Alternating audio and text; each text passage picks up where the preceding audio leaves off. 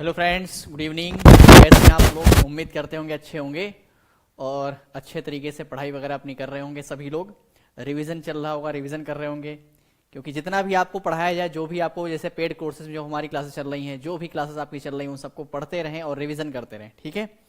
बाकी आपकी यूट्यूब पर जो क्लासेस आ रही हैं इनको देखते रहें। जीएस की आपकी बिल्कुल अच्छे से प्रैक्टिस करवाई जा रही है। आरओ के लिए जो लोग कोर्स हमारे कंप्लीट कर चुके हैं, बैच हमारे कंप्लीट हो चुका है, वो लोग आकर के यहाँ पर अच्छे से प्रैक्टिस कर सकते हैं, क्योंकि आपको बहुत ही शानदार कंटेंट, शानदार क्वेश्चन सा चीजें करवाई जा रही हैं, जिससे आप अच्छे से चीजों को तैयार कर पाएं। क्वेश्चन में हर तरह की चीजें आपको, हर जहां जहां से क्वेश्चन बनने की संभावना थी, वो चीजें आपको करवाई जाती हैं। डिटेल एक्सप्लेनेशन के साथ चीजें आपको करवाई जा रही हैं। सभी लोग जल्दी से क्लास को ज्वाइन कर लें और शुरुआत करते हैं क्लास की। सभी लोग जल्दी से आ जाएं क्लास में। आप सभी लोग क्लास को शेयर कर दें एक बार और लाइक कर देना सभी को। नित्या सिंह, उमा कुमारी, गुड इवनिंग। ठीक है, बहुत अच्छा और डिटेल। सर आप ऐप पर हिंदी क्लास आपको जो है, जो बैच अगर आपने ले रखा होगा तो वहां पर आपको मिलेगा। जूम पर क्लासेस होती हैं, आप उसको पढ़ सकते हैं हिंदी वहां से अच्छे से। बहुत डिटेल के साथ आपको चीजें पढ़ाई जा रही हैं हिंदी की। तो आपको जुड़ना है तो आप बैच अगर आपने ले लिया है तो वहीं से आपको क्लासेस मिलेंगी, ठीक है। जूम आप डाउनलोड कर लो, जूम से ही आपको क्लासेस मिल जाएंगी, तो आप पढ़ सकते हैं वहां से, ठीक है। चलिए सभी लोग आ जाए जल्दी से, सभी लोग जल्दी से क्लास को ज्वाइन कर ले। शुरुआत करते हैं क्वेश्चन की। और चलिए, तो सबसे पहले बात करते हैं, आप लोग जो लोग अभी आरओ पेपर देने वाले हैं लेकिन प्रिपरेशन नहीं कर पा रहे हैं, किसी अच्छे से तैयारी नहीं कर पा रहे, क्योंकि आपका आरओ का जो एग्जाम हाईकोर्ट वाला है, इसमें कई सारे सब्जेक्ट हैं, जीएस ही नहीं है। यहाँ पर जीएस के साथ आपको हिंदी पढ़ना है, इंग्लिश पढ़ना है, कंप्यूटर पढ़ना है, ठीक है, हिंदी को भी अच्छे से तैयार करना है। तो इन सब चीजों के लिए आपको कंप्लीट बैच आपको दिया जा रहा है, कंप्लीट बैच। ये कंप्लीट बैच आपका आरओ हाई कोर्ट के लिए है। नया बैच इसमें शुरू हो चुका है, तो जो लोग अभी तक वेट कर रहे थे कि सर नया बैच जब आएगा तब ज्वाइन करेंगे, तो नया बैच आपका आ चुका है, आप इसको ज्वाइन कर सकते हैं।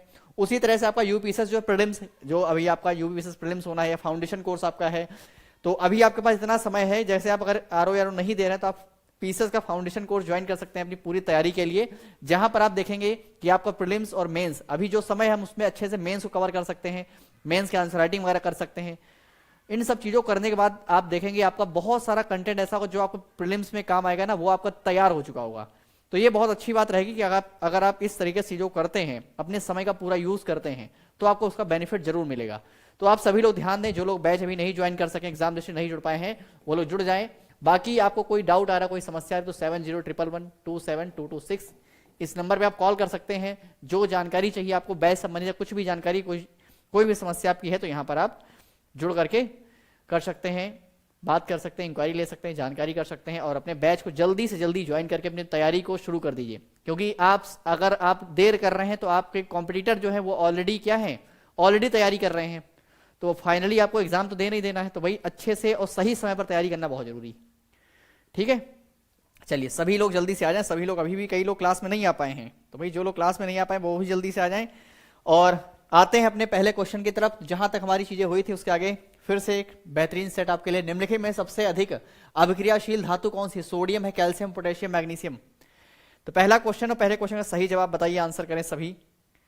पहले क्वेश्चन का शैलेश कुमार, जय हिंद, गुड इवनिंग है, जय हिंद है सभी को। सभी लोग जल्दी इस क्लास ज्वाइन कर लें फटाफट, और क्लास को एक बार शेयर कर देते हैं, आप भी शेयर कर दें। चलिए सभी लोग जल्दी से आ जाएं और देखते हैं। क्वेश्चन आपके सामने है, पेन कॉपी लेकर जरूर बैठें। अगर आप पेन कॉपी लेकर बैठ रहे हो तो आपको इसका फायदा जरूर मिल रहा होगा। आपको आपके नोट्स बन जाएंगे, आपको चीजें याद हो जाएंगी, रिवीजन हो जाएगा बहुत अच्छे तरीके से। चलिए भाई, गुड इवनिंग है सभी को, सभी लोग जल्दी से आ जाएं। और पहला क्वेश्चन का आंसर क्या होगा, कमेंट करना शुरू करें सभी। तो पूछा गया सबसे अभिक्रियाशील धातु कौन सी इनमें से है? अभिक्रियाशील धातु कौन सी है? सोडियम है, कैल्शियम है, पोटेशियम, मैग्नीशियम है। तो क्या है भाई सबसे अभिक्रियाशील? Sodium, calcium, potassium. Shailesh Kumar का आंसर ये आ गया है पहला, और पहला कमेंट आज का, पहला आंसर आज की क्लास का किया है शैलेश कुमार ने। तो भाई सबसे अधिक क्रियाशील धातु कौन सी? सोडियम है। पहला आंसर, एक आंसर आया सोडियम, एक आंसर आया सोडियम। बाकी लोग भी आंसर लगाना शुरू करें। बहुत अच्छी बात है, बहुत अच्छी बात है, बहुत शानदार। क्या हो जाएगा सही जवाब इसका? ठीक है, सोडियम आंसर आ रहे हैं भाई, सभी के आंसर सोडियम आ रहे हैं। आपको पता है सोडियम क्या है? सोडियम जो है जलने पर कैसा, भाई सोडियम जो है जलने पर पीला रंग देता है। कभी आपसे पूछे भाई सोडियम जलने पर कैसा रंग देता है, ध्यान रखना, सोडियम जलाया जाएगा जलने पर कैसा, पीला रंग देता है। सोडियम के बारे में कई सारे फैक्ट हैं जो आपको थोड़ा ध्यान रखने हैं। एक आप पढ़ते सोडियम बेंजोएट पढ़ते हैं, सोडियम बेंजोएट से आज तक पीसीएस ने या आरओ ने कई बार क्वेश्चन पूछा है भाई सोडियम बेंजोएट का प्रयोग क्या, यही पूछा है। तो ध्यान रखना है सोडियम बेंजोएट जो है खाद्य पदार्थों के संरक्षण के लिए आवश्यक है। इसलिए है खाद्य पदार्थों के संरक्षण या फलों के संरक्षण के लिए एक आपका है क्या सोडियम बेंजोएट। तो ये बहुत बार पूछा गया, इसलिए आपको ध्यान रखना है सोडियम बेंजोएट आपने पढ़ा होगा तो याद होगा आपको। सोडियम बेंजोएट क्या करता है, खाद्य पदार्थ जो आपके हैं, ठीक है, खाद्य पदार्थ और फल के संरक्षण में इसका यूज करते हैं, इसका सोडियम बेंजोएट का प्रयोग करते, ध्यान रखिएगा। यहां पर आंसर ए आ रहे हैं। और आसानी से चाकू से काटा जा सकता है, यह भी बहुत बार पूछा गया, तो इसे क्या है, आसानी से चाकू से काट सकते हैं। तो ऐसी धातु इसको क्या करते हैं, आसानी से चाकू से काट सकते हैं, यह भी कई बार पूछा गया है। ये एज इट इज फैक्ट ही कई बार पूछे गए हैं, ठीक है। बिल्कुल, गुड इवनिंग है भाई जो लोग आ रहे हैं। और पानी से हल्की होने के कारण क्या होती है भाई, ये पानी से क्या है, सोडियम आपका हल्का होता है, इसलिए पानी पर हल्का है तो पानी पर क्या हो रहा है, जल पर तैरने लगता है। तो ध्यान रखिए जल से हल्का है, जल से हल्का है, इसलिए क्या करता है, तैरता है, किस पर, जल के ऊपर तैरने लगता है, हल्का है ना। तो ये कुछ इंपॉर्टेंट चीजें हैं जो आपको सोडियम के बारे में ध्यान रखना है। और कहा जाता है कि सोडियम को अगर खुले में रखा है तो क्या ये स्वतः ही आग पकड़ लेगा। तो क्या भाई सबसे ज्यादा क्रियाशील क्या है, यही आपको ध्यान रखना है यहाँ पर। तो जैसे यहाँ पर क्रम दिया गया है तो आपको ध्यान रखना है यहाँ पर, जैसे यहाँ पर पोटेशियम है, सबसे ज्यादा क्या है, सबसे ज्यादा पोटेशियम, फिर सोडियम आएगा और फिर कैल्शियम। तो आपको यहाँ पर एक नहीं 4-5 चीजें बता रहे हैं, ये नोट कर लेना सीक्वेंस ऐसे। तो सबसे अधिक क्रियाशील पूछा जाए अवरोही क्रम में यहाँ पर, तो सबसे पहले पोटेशियम, फिर सोडियम, फिर मैग्नीशियम, फिर एल्यूमिनियम, ये होगा यहाँ पर क्रम पूरा। तो यहाँ पर आंसर क्या हो, यहाँ पर आंसर आपका पोटेशियम है सबसे ज्यादा, क्योंकि पोटेशियम दिया हुआ है तो हम सोडियम नहीं लगाएंगे। आप में से कई लोगों ने सोडियम लगाया है, ठीक है, कई लोगों ने आंसर सोडियम लगाया, तो भाई सही कर लेना इसको, सोडियम नहीं है। इसको क्या करते हैं, मिट्टी के तेल में डुबो कर रखते हैं, मिट्टी के तेल में, इसलिए इसको क्या करते हैं, डुबो कर रखते हैं। इस बात को ध्यान रखना है सभी को। अब सोडियम के बारे में हमने आपको इतनी चीजें बताई, पोटेशियम भी आपको बता, जैसे सोडियम के बारे में बताया कि सोडियम से बहुत बार क्वेश्चन बनता है। जैसे सोडियम के अयस्क आपके क्वेश्चन बनते हैं, भाई सोडियम के अयस्क बताएगा कोई, एक दो नाम जो सोडियम के अयस्क के बारे में। हाँ बिल्कुल बिल्कुल सही आंसर है। तो पोटेशियम, सोडियम, ऐसे करके। अब जैसे इसका एक अयस्क पूछा जाए तो चिली सॉल्ट पीटर होता है, इसका अयस्क आपसे कई बार पूछा गया, तो अयस्क एक ही नाम याद रखना, चिली सॉल्ट पीटर, वो क्या है, इसी का अयस्क है, चिली सॉल्ट पीटर, ये क्या है, इसी का एक अयस्क है, इसी का अयस्क है। एक आपका अयस्क होता है ट्रोना, ट्रोना भी इसी का अयस्क है सोडियम का।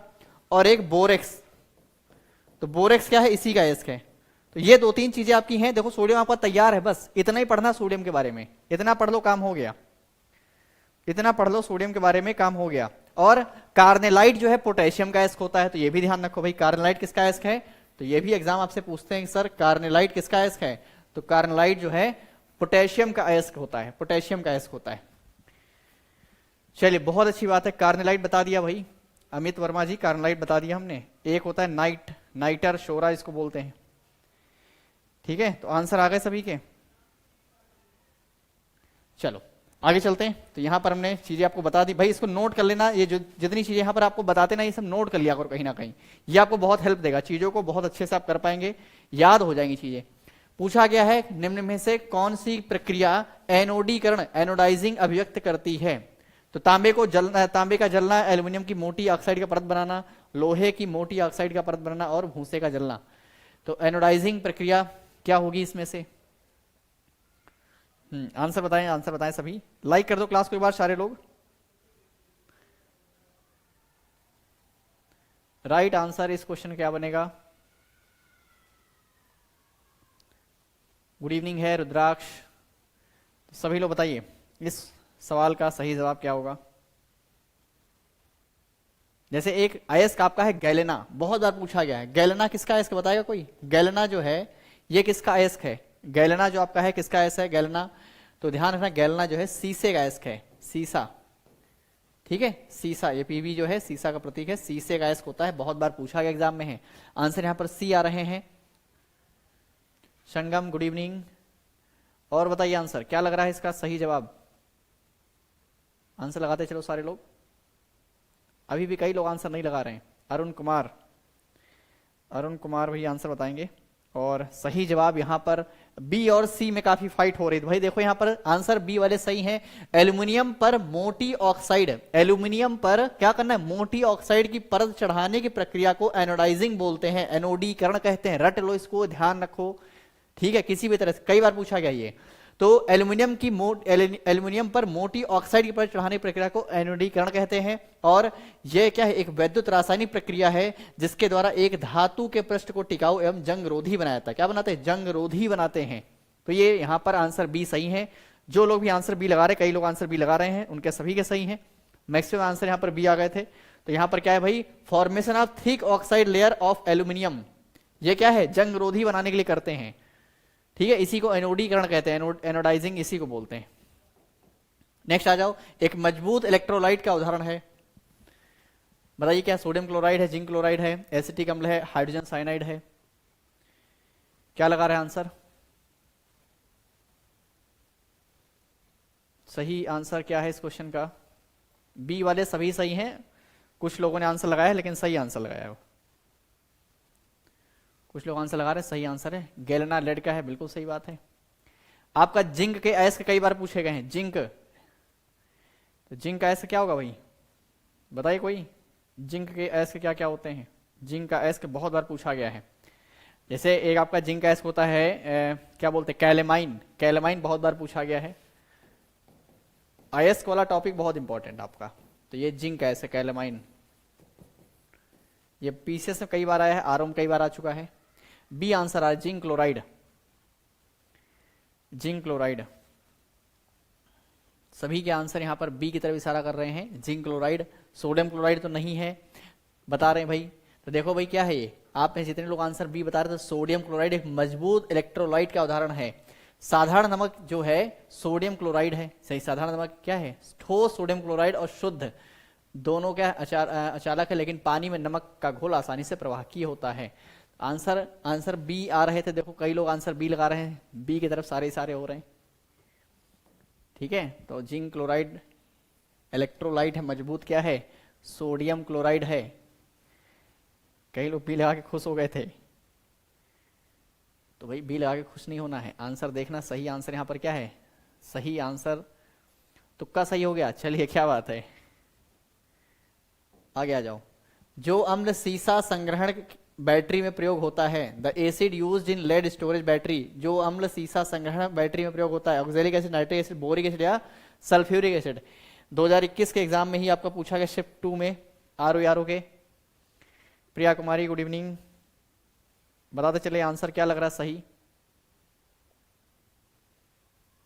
बताएं answer.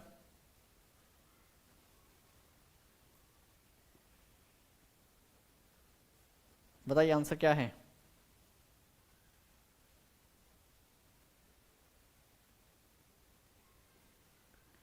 D answer, sulphuric acid, सभी के आंसर डी हैं, सभी के आंसर डी आ रहे हैं। तो देखो भाई सभी के आंसर डी हैं, तो बिल्कुल सही आंसर है। लेड स्टोरेज जो है, लेड स्टोरेज बैटरियों में सल्फ्यूरिक एसिड होता है, ये कई बार आया पीछे से, कई बार पूछा गया। लेड स्टोरेज बैटरियों में एनोड लेड से बना होता है तथा कैथोड जो है लेड डाइऑक्साइड से बना होता है। किससे बना होता है? लेड डाइऑक्साइड से बना होता है। तो सभी आंसर सही है। D, Uma Kumari answer A लगा रही हैं, ए आंसर नहीं होगा, डी आंसर यहां पर सही हो जाएगा। पूछा गया है ये पीसेस में 3-4 बार आ चुका है। आप देखो पीछे 17 का उठा के पेपर देखो, 18 का देखोगे, वहां पर कई बार पूछा गया। तो इनको तैयार कर लो भाई, ये प्रीवियस ईयर क्वेश्चन आपके हैं, काफी सारे पूछे जा रहे हैं, बार बार पीसेस वाले क्वेश्चन बहुत आ रहे हैं इसमें। The acid used in eye wash, नेत्र धुलाई में प्रयुक्त होने वाला अम्ल है, कौन सा अम्ल है नेत्र धुलाई में? नाइट्रिक एसिड है, बोरिक एसिड, एसिटिक एसिड या ऑक्सैलिक एसिड, कौन सा एसिड है?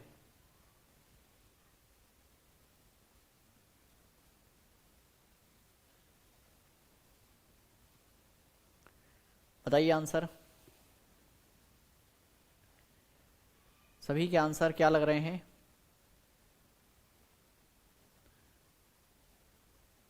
देखिए यहां पर सी आंसर आया है शैलेश कुमार का, बोरिक एसिड। तो acid used in eye wash, boric acid.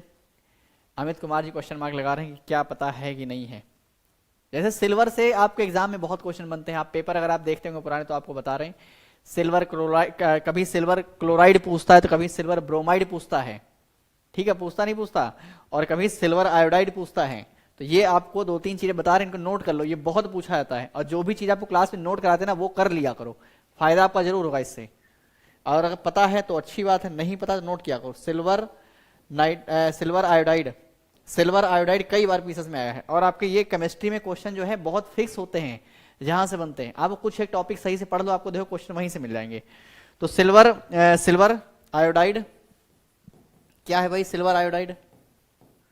फिर एक होता है सिल्वर क्लोराइड, और एक होता है सिल्वर ब्रोमाइड।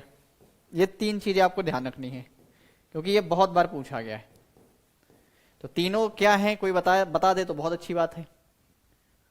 तीनों बता दे कोई, किसी को पता हो तो। देखो, नेत्र धुलाई में प्रयोग होने वाला कौन सा? बोरिक एसिड होता है, H3BO3। यह क्या है? प्रदूषकों को आंखों से हटाने में मदद करता है, जलने से राहत प्रदान करता है, इसीलिए क्या है? हाइड्रोजन बोरेट के रूप में भी जाना जाता है। ठीक है, तो यही आपका आंसर। यहाँ पर जो लोग सी बता रहे थे हम सबके सही हैं। बोरिक एसिड आपने देखा होगा, ठीक है, देखा होगा बोरिक एसिड को। बताइए क्या है ये? जैसे सिल्वर क्लोराइड क्या बोलते हैं? इसको बोलते हैं हॉर्न सिल्वर। इसको क्या बोलते? इसको बोलते हैं हॉर्न सिल्वर।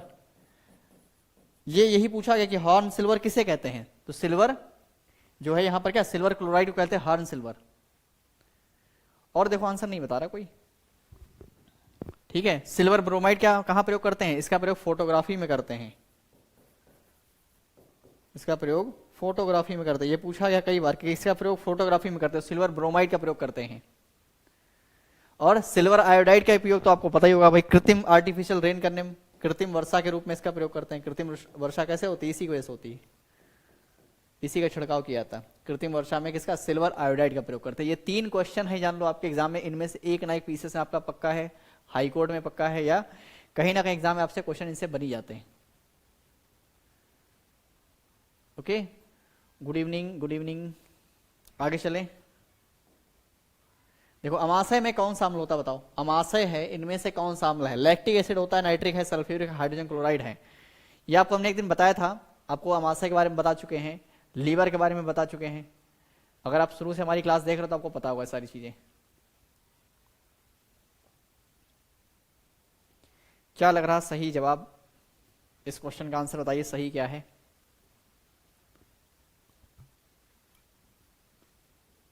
भाई लैक्टिक एसिड अमाशय में होगा? नहीं होगा। कहां में लैक्टिक एसिड? कहां पर भाई? दूध में पाएगा। और ये HCl हाइड्रोजन क्लोराइड है। ये HCl क्या है? HCl कहां से निकलता है? कौन सी कोशिका से निकलता है? बताओ। ये बताया है, अमाशय के बारे में पूरा डिटेल से बताया था हमने। HCl कहां से निकलता है? ये निकलता कहां से है? अमाशय में कहां से निकलेगा? कौन सी कोशिका से निकलेगा? बताओ कमेंट करके।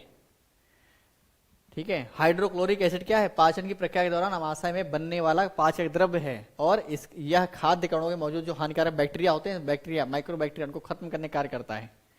इसी को म्यूटायरिक एसिड के रूप में भी जानते हैं। किसमें? म्यूटायरिक एसिड के रूप में भी जाना जाता है किसी को? हाइड्रोजन क्लोराइड को। ठीक है, HCl को।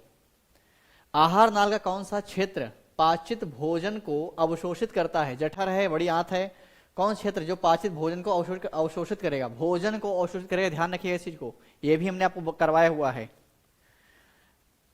जठर है, बड़ी ग्रंथि है, बड़ी आंत है, छोटी आंत है, यकृत है। तो भोजन का अवशोषण कहां पर होता है भाई? भोजन का अवशोषण कहां पर होगा? देखो, ये पढ़ाने का मतलब ये नहीं है तो आप, हमने देखो इसको पढ़ाया था, पेट आपको स्टमक के बारे में पूरा बताया, आपका आंसर नहीं आ रहा है। आप अगर ऐसे क्लास करोगे और नोट्स नहीं बनाओगे तो ये जो चीजें आपको बता रहे ना क्वेश्चन, फिर पेपर हो जाएगा, उसके बाद आपको पता चलेगा। पेरिटल सेल, पेरिटल कौन सेल है? ऑक्जेनेटिक सेल होती है। इतना याद रहता तो फिर क्या था? तो इतना याद करना पड़ेगा ना। ठीक है, ऑक्जेनेटिक सेल होती है, वहां से निकलेगा HCl। यहां पर आंसर क्या है पूछा गया? भोजन को अवशोषण कौन करेगा? तो ये आपकी कौन छोटी याद करेगी? पानी का अवशोषण आपसे पूछा जाएगा, पानी का अवशोषण। तो पानी का अवशोषण कौन करेगा? ये बड़ी याद करती है, सिंपल सी बात है। ये हमने आपको पूरा पढ़ा दिया है, इसको हमने स्टमक सबके बारे में पूरा पढ़ाया है। और फिर भी आंसर करने में इतनी कंजूसी हो रही, देखो। ठीक है, देखो, छोटी आंत क्या है? आहार नाल का वह क्षेत्र जो पचे हुए भोजन को अवशोषित करता है।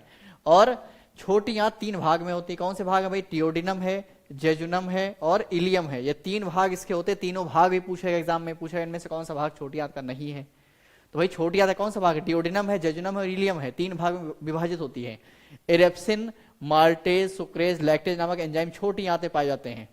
ठीक है, इरेप्सिन याद रखिए, इरेप्सिन, ट्रिप्सिन, पेप्सिन, ये आपको हमने सारे बताए थे।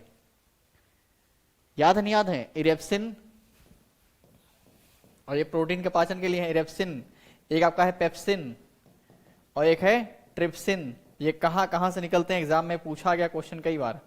नहीं याद है भाई, आपकी समस्या, फिर आप याद नहीं कर रहे हो। इरेप्सिन कहां निकला? देखो, इरेप्सिन आपके स्मॉल इंटेस्टाइन से निकला।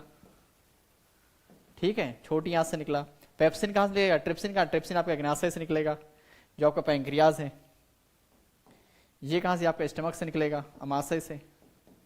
ये आपके पैंक्रियाज से निकलेगा। तो ये तीनों पूछे गए पीछे से कई बार, अलग अलग करके पूछते हैं, कभी सब उठा के मैच करवा देगा एक बार में।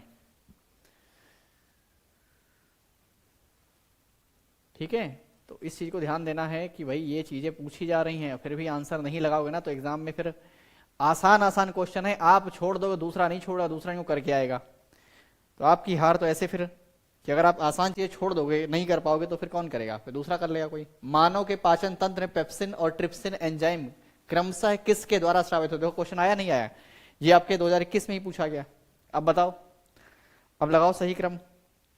क्वेश्चन पूछा गया है, बताइए आंसर क्या लग रहा है इसका? और आंसर सभी लोग टिक करो।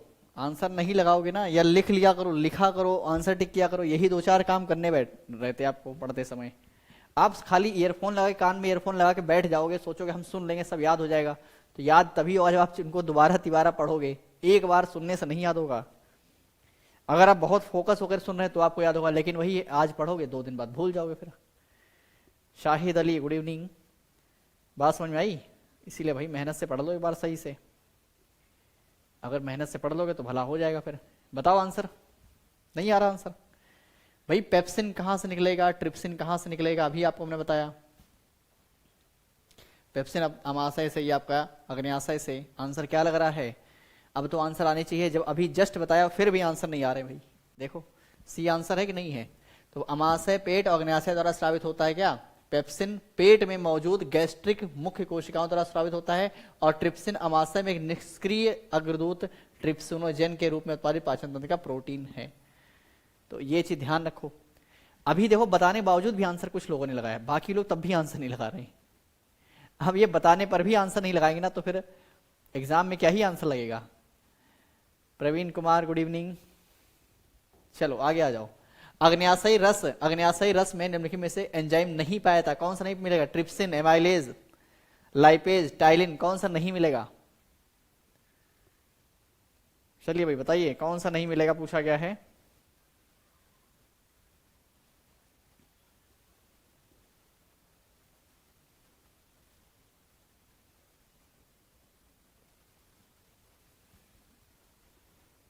याद हो जाता है लेकिन कुछ दिन बाद भूल जाते हैं, तो ये भूलना ना पड़े तभी तो आपको पढ़ना है, तभी तो रिवीजन करना है।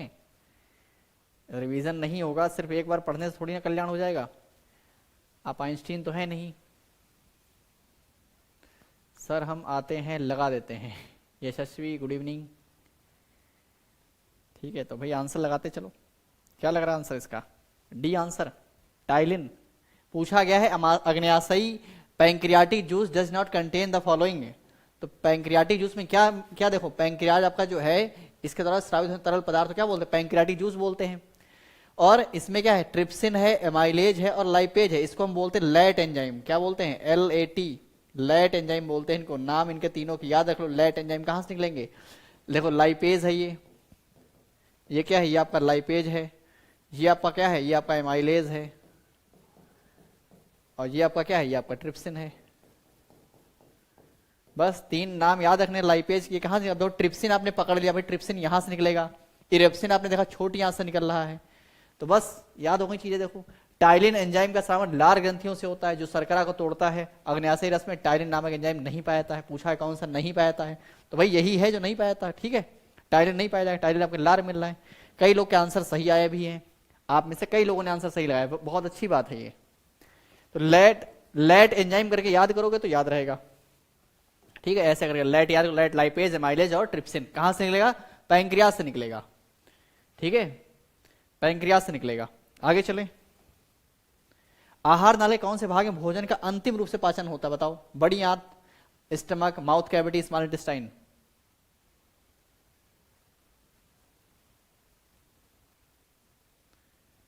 बताइए आंसर।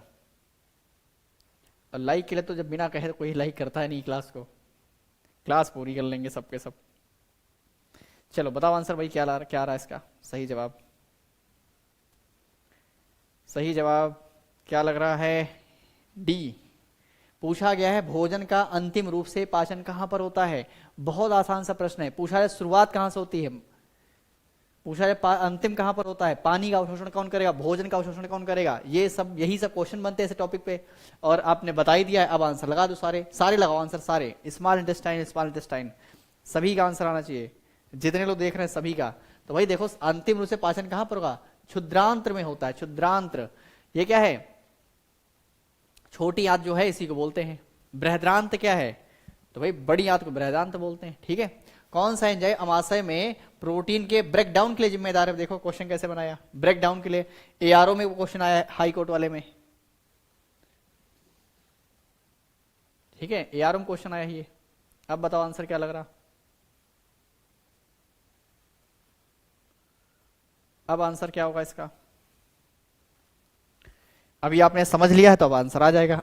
एंजाइम अमाशय में प्रोटीन के ब्रेकडाउन के लिए कौन सा है? तो भाई एमाइलेज तो अभी आपने पढ़ लिया, कहां पर पढ़ा? पैंक्रियाज में पढ़ा था। लाइगेज भी नहीं है, लाइपेज आपने पढ़ा था पैंक्रियाज में। पेप्सिन है। ठीक है, पेप्सिन है, क्योंकि ट्रिप्सिन आपने कहां पढ़ा? ट्रिप्सिन आपने पढ़ लिया कहां पर है? पैंक्रियाज में होता है। यही सब क्वेश्चन है जो पीसेस में भी आ रहे हैं, यही सब आपके यहां पर घूम फिर के आ जा रहे हैं। तो अगर आपको ये चीजें गलत है तो आपको चीजें एक बार कॉन्सेप्चुअल चीजें पढ़ो सही से। ठीक है, अमाशय में प्रोटीन को पचाने के लिए पेप्सिन नामक एंजाइम उत्तरदायी है, और प्रोटीन का पाचन अमाशय से ही प्रारंभ होता है। इस बात को ध्यान रखना, ये लाइन सीधे सीधे पूछ सकते हैं कि प्रोटीन का पाचन शुरुआत कहां से होती है। तो प्रोटीन के पाचन का प्रारंभ जो है वो आपके स्टमक से, पेट से होता है। अमाशय पाई जाने वाली जठर ग्रंथियां हाइड्रोक्लोरिक एसिड, ठीक है, म्यूकस और पेप्सिन का श्रावण करती हैं, जो जठर ग्रंथियां होती हैं। और जो आपका एचसीएल है जीवाणुओं को नष्ट करने का, और प्रोटीन पाचन के लिए जिम्मेदार है ये। तो इससे चीज ध्यान रखना। हो गया आंसर सभी का? आगे चलते हैं। अमाशय की आंतरिक परत हाइड्रोक्लोरिक एसिड से निम्न में से किस एक द्वारा सुरक्षित रहती है? म्यूकस, लार एमाइलेज, पेप्सिन, पित्त। तो ये जो आपका एचसीएल है ये बहुत हार्ड होता है, बहुत कॉन्सेंट्रेट होता है, सांद्र एचसीएल है। अब ये जो है ये भाई कैसे सुरक्षित करेगा? The inner lining of stomach, आपके स्टमक की जो इनर लाइनिंग है, दीवार है, उसको कैसे सुरक्षित रखेगा? म्यूकस की वजह से। लार एमाइलेज को किसकी वजह से रखेगा? ये किसकी वजह से करेगा? ये सही आंसर म्यूकस आया है। बाकी लोग लगाओ सारे के सारे आंसर फटाफट। म्यूकस आंसर है, बिल्कुल सही बात है भाई। म्यूकस की वजह से क्या होगा? वो दीवार बच सकती, नहीं तो नहीं बचेगी, फिर गल जाएगी, खराब हो जाएगी। बहुत हार्ड होता है ये, समझ रहे हैं? और पेट के अंदर आपके निकल रहा है तो कैसे बचेगा पेट आपका, जो आपका पेट घायल ना होने पाए अंदर से? तो म्यूकस की देन है। ठीक है, तो म्यूकस को थैंक यू बोलना रोज कि भाई म्यूकस तुम्हारी वजह से हमारा पेट सलामत है। अमाशय की आंतरिक दीवार म्यूकस द्वारा हाइड्रोक्लोरिक अम्ल से सुरक्षित रहती है। म्यूकस एक ग्लाइकोप्रोटीन है ये, ठीक है, जो मोटी परत बनाकर गैस्ट्रिक म्यूकोसा को ढकता है और इसे गैस्ट्रिक एंजाइम और हाइड्रोक्लोरिक क्रिया से बचाता है। तो म्यूकस को थैंक यू बोलो एक बार सारे के सारे लोग, जो लोग चाहते हैं उनका म्यूकस सही से काम करता रहे, नहीं तो फिर दिक्कत हो जाएगी।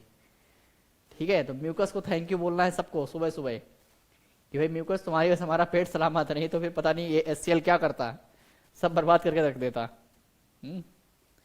होता नहीं होता?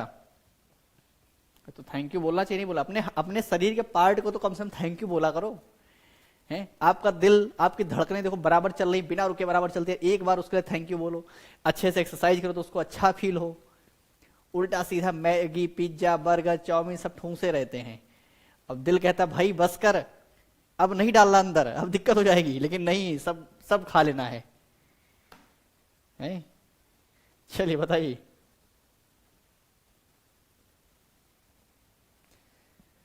देखो बताओ, इसका उत्तर प्रदेश के जिले में हीरे का निष्कर्षण किया जाता है। बहुत पहुंचा, मतलब ऐसा क्वेश्चन जो सबको पता होगा। बांदा, ललितपुर, कानपुर, लखनऊ, बताइए।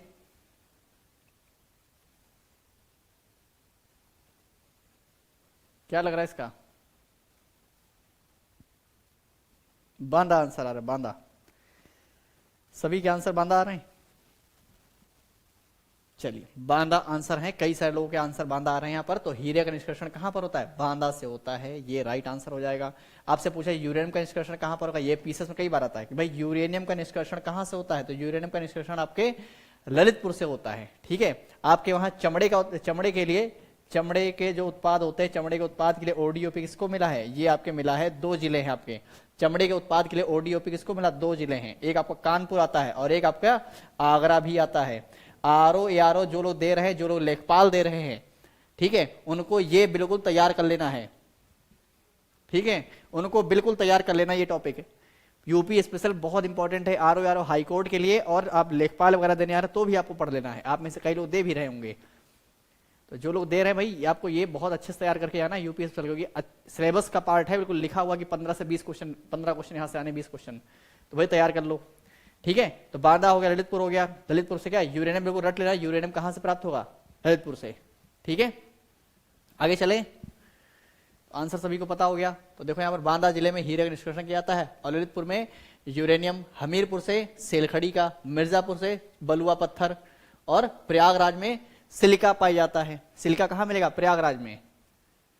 ठीक है, आगे चलें। नेक्स्ट आ जाओ। देखो कौन सी जगह निम्नलिखित में से कौन सी जगह रेशमी वस्त्रों के लिए प्रसिद्ध है? कानपुर है, वाराणसी है, आगरा, मेरठ है।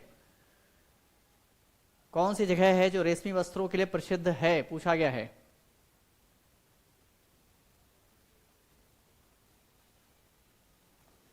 बताइए आंसर क्या लग रहा है?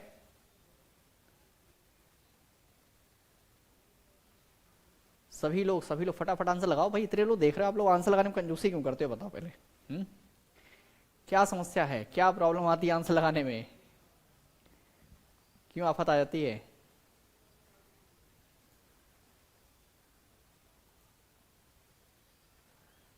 अपना बनारस, रेशमी वस्त्रों के लिए जाना था, अपना बनारस है। बनारस तो भाई सभी के दिल में बसता होगा। बनारस से देखो क्या है, देखो यहाँ पर क्या है, बनारस जो है, बनारस वाराणसी से है, रेशमी वस्त्रों के लिए प्रसिद्ध है। वाराणसी को काशी और बनारस भी कहा जाता है। गंगा नदी के तट पर स्थित यह प्राचीन नगर है। हिंदू धर्म में यह अत्यंत महत्वपूर्ण तीर्थ स्थल है। अविमुक्त क्षेत्र कहते हैं इसको। ठीक है, पांडवों का नगर कहते हैं। सर जी आप कहाँ रहते हो? हमारा घर भाई लखीमपुर में है, और लखीमपुर से आपको बताते हैं भाई यूपी का सबसे बड़ा जिला, अगर आपसे कभी एग्जाम में पूछता है यूपी का सबसे बड़ा जिला, तो हमारा ही भाई जिला है लखीमपुर खीरी। सबसे बड़ा जिला कौन सा है? लखीमपुर खीरी है। सुन लो सारे के सारे क्वेश्चन आपको दे रहे हैं, और आपको पता चल गया हम रहते कहां पर हैं। ठीक है, अब एक चीज और भाई, सबसे बड़ा पता चल गया तो सर सबसे छोटा ही बता दो। सबसे छोटा जिला अगर आपसे पूछेगा तो हापुड़ बता देना है। सबसे छोटा जिला कौन सा है? हापुड़ है। क्षेत्रफल वाइज सबसे बड़ा जिला आपका लखीमपुर खीरी है। सबसे छोटा कौन? सबसे छोटा आपका हापुड़ है। ये दोनों बातें ध्यान रखनी है। बाकी बनारस के बारे में आप जानते ही होंगे, सभी मैक्सिमम लोगों को पता ही है इसके बारे में। तो जिसको नहीं पता भाई जान लो। ये 2 क्वेश्चन आपको हमने दे दिए।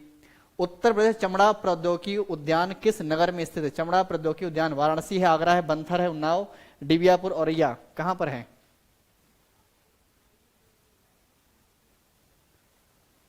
बताइए। सही जवाब क्वेश्चन का क्या लग रहा है? तो भाई सही आंसर बताइए, जल्दी से कमेंट करें सभी।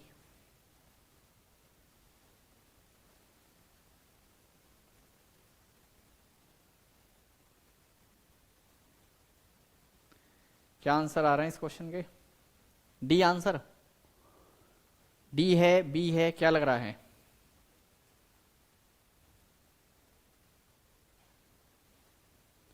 जिनको भी देखो हिंदी पढ़नी है बहुत अच्छे से, हिंदी की क्लास हमारी चल रही है, एप्लीकेशन उस पर आपको जूम पे मिल जाएगी। अगर आप चाहते हैं हिंदी पढ़ना बहुत डिटेल के साथ, एक एक चीज को बिल्कुल अच्छे से, तो आप हिंदी क्लास हमारी ज्वाइन कर सकते हैं। और हाई कोर्ट वाले बैच में आपको हिंदी क्लास मिल जाएगी। पीसीएस तैयारी कर रहे हैं तो भी आपकी हिंदी क्लास इस समय चल रही तो आप कर सकते हैं। क्या आंसर आ रहे हैं? चलिए, कई सारे लोग के आंसर आ रहे हैं। कई लोग कह रहे हैं सर आगरा है। तो चमड़ा प्रौद्योगिकी उद्यान किस नगर में स्थित है? चमड़ा प्रौद्योगिकी उद्यान, तो वही चमड़ा प्रौद्योगिकी उद्यान जो है बंथर पड़ता है। बंथर कहाँ है? उन्नाव में स्थित है। यह टेनर्स एसोसिएशन कॉर्पोरेशन द्वारा स्थापित कॉमन एफ्लुएंट ट्रीटमेंट प्लांट की सुविधा है। तो ये कहाँ पर आपके? बंथर में। तो आंसर आगरा लगा रहे थे, उनका गलत हो गया। जिनका आंसर यहाँ पर है बंथर उन्नाव, उन सभी का सही है। तो Uttar Pradesh leather technology park, leather technology park पूछा गया आपसे। क्या पूछा गया? लेदर टेक्नोलॉजी पार्क कहाँ पर है? तो ध्यान रखना भाई, लेदर टेक्नोलॉजी पार्क कहाँ पर है, ये आपका राइट आंसर हो जाएगा। ठीक है, आगे चले, नेक्स्ट आ जाओ।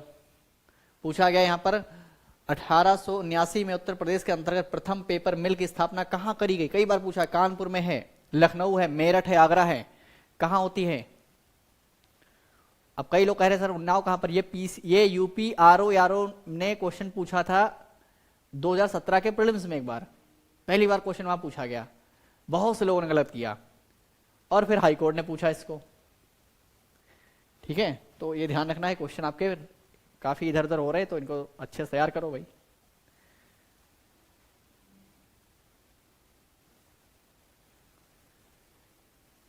सही जवाब क्या लग रहा है? बी आंसर आ रहे हैं सभी के आंसर बी आ रहे हैं। चलिए, बहुत अच्छी बात है। जिनका आंसर बी आ रहा है भाई, देखते हैं आंसर बी है क्या। देखो, एपीएस में क्वेश्चन पूछा है, उत्तर प्रदेश के प्रथम पेपर मिल की स्थापना 1879 में लखनऊ में की गई थी। आप में से जितने लोग लखनऊ आंसर लगा रहे हैं उन सबका सही। कई लोग यहाँ पर कानपुर लगा दे रहे हैं भाई, कानपुर वाले सारे गलत हैं।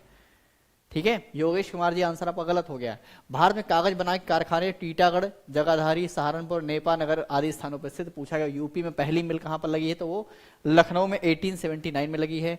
ध्यान रखना, आंसर आपका बी है। आप में से आंसर ए कई लोगों ने लगाया था, वही आंसर ए नहीं होगा। ठीक है, इस बात को थोड़ा सा समझ लेना और नोट करना तो नोट जरूर कर लिया करो कि आपको काफी काम की चीजें यहां पर हम बता रहे हैं सारी। ठीक है, और लखनऊ आपका जो है गोमती नदी किनारे स्थित है, ये भूल गए कि याद है? और गोमती नदी कहां से निकलती? फुलहर झील से निकलती है। ये भी आपको पता नहीं चाहिए भाई, गोमती नदी कहां से? फुलहर झील से निकलती है। आपसे पूछे फुलहर झील कहां पर है? फुलहर झील पीलीभीत में है।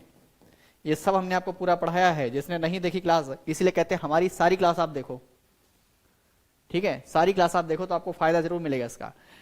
पीलीभीत, अब पीलीभीत आ गया तो भाई पीलीभीत से एक चीज और देखते हैं, पीलीभीत का ओडीओपी क्या है? तो आपको याद रखना, पीलीभीत का ओडीओपी बांसुरी है।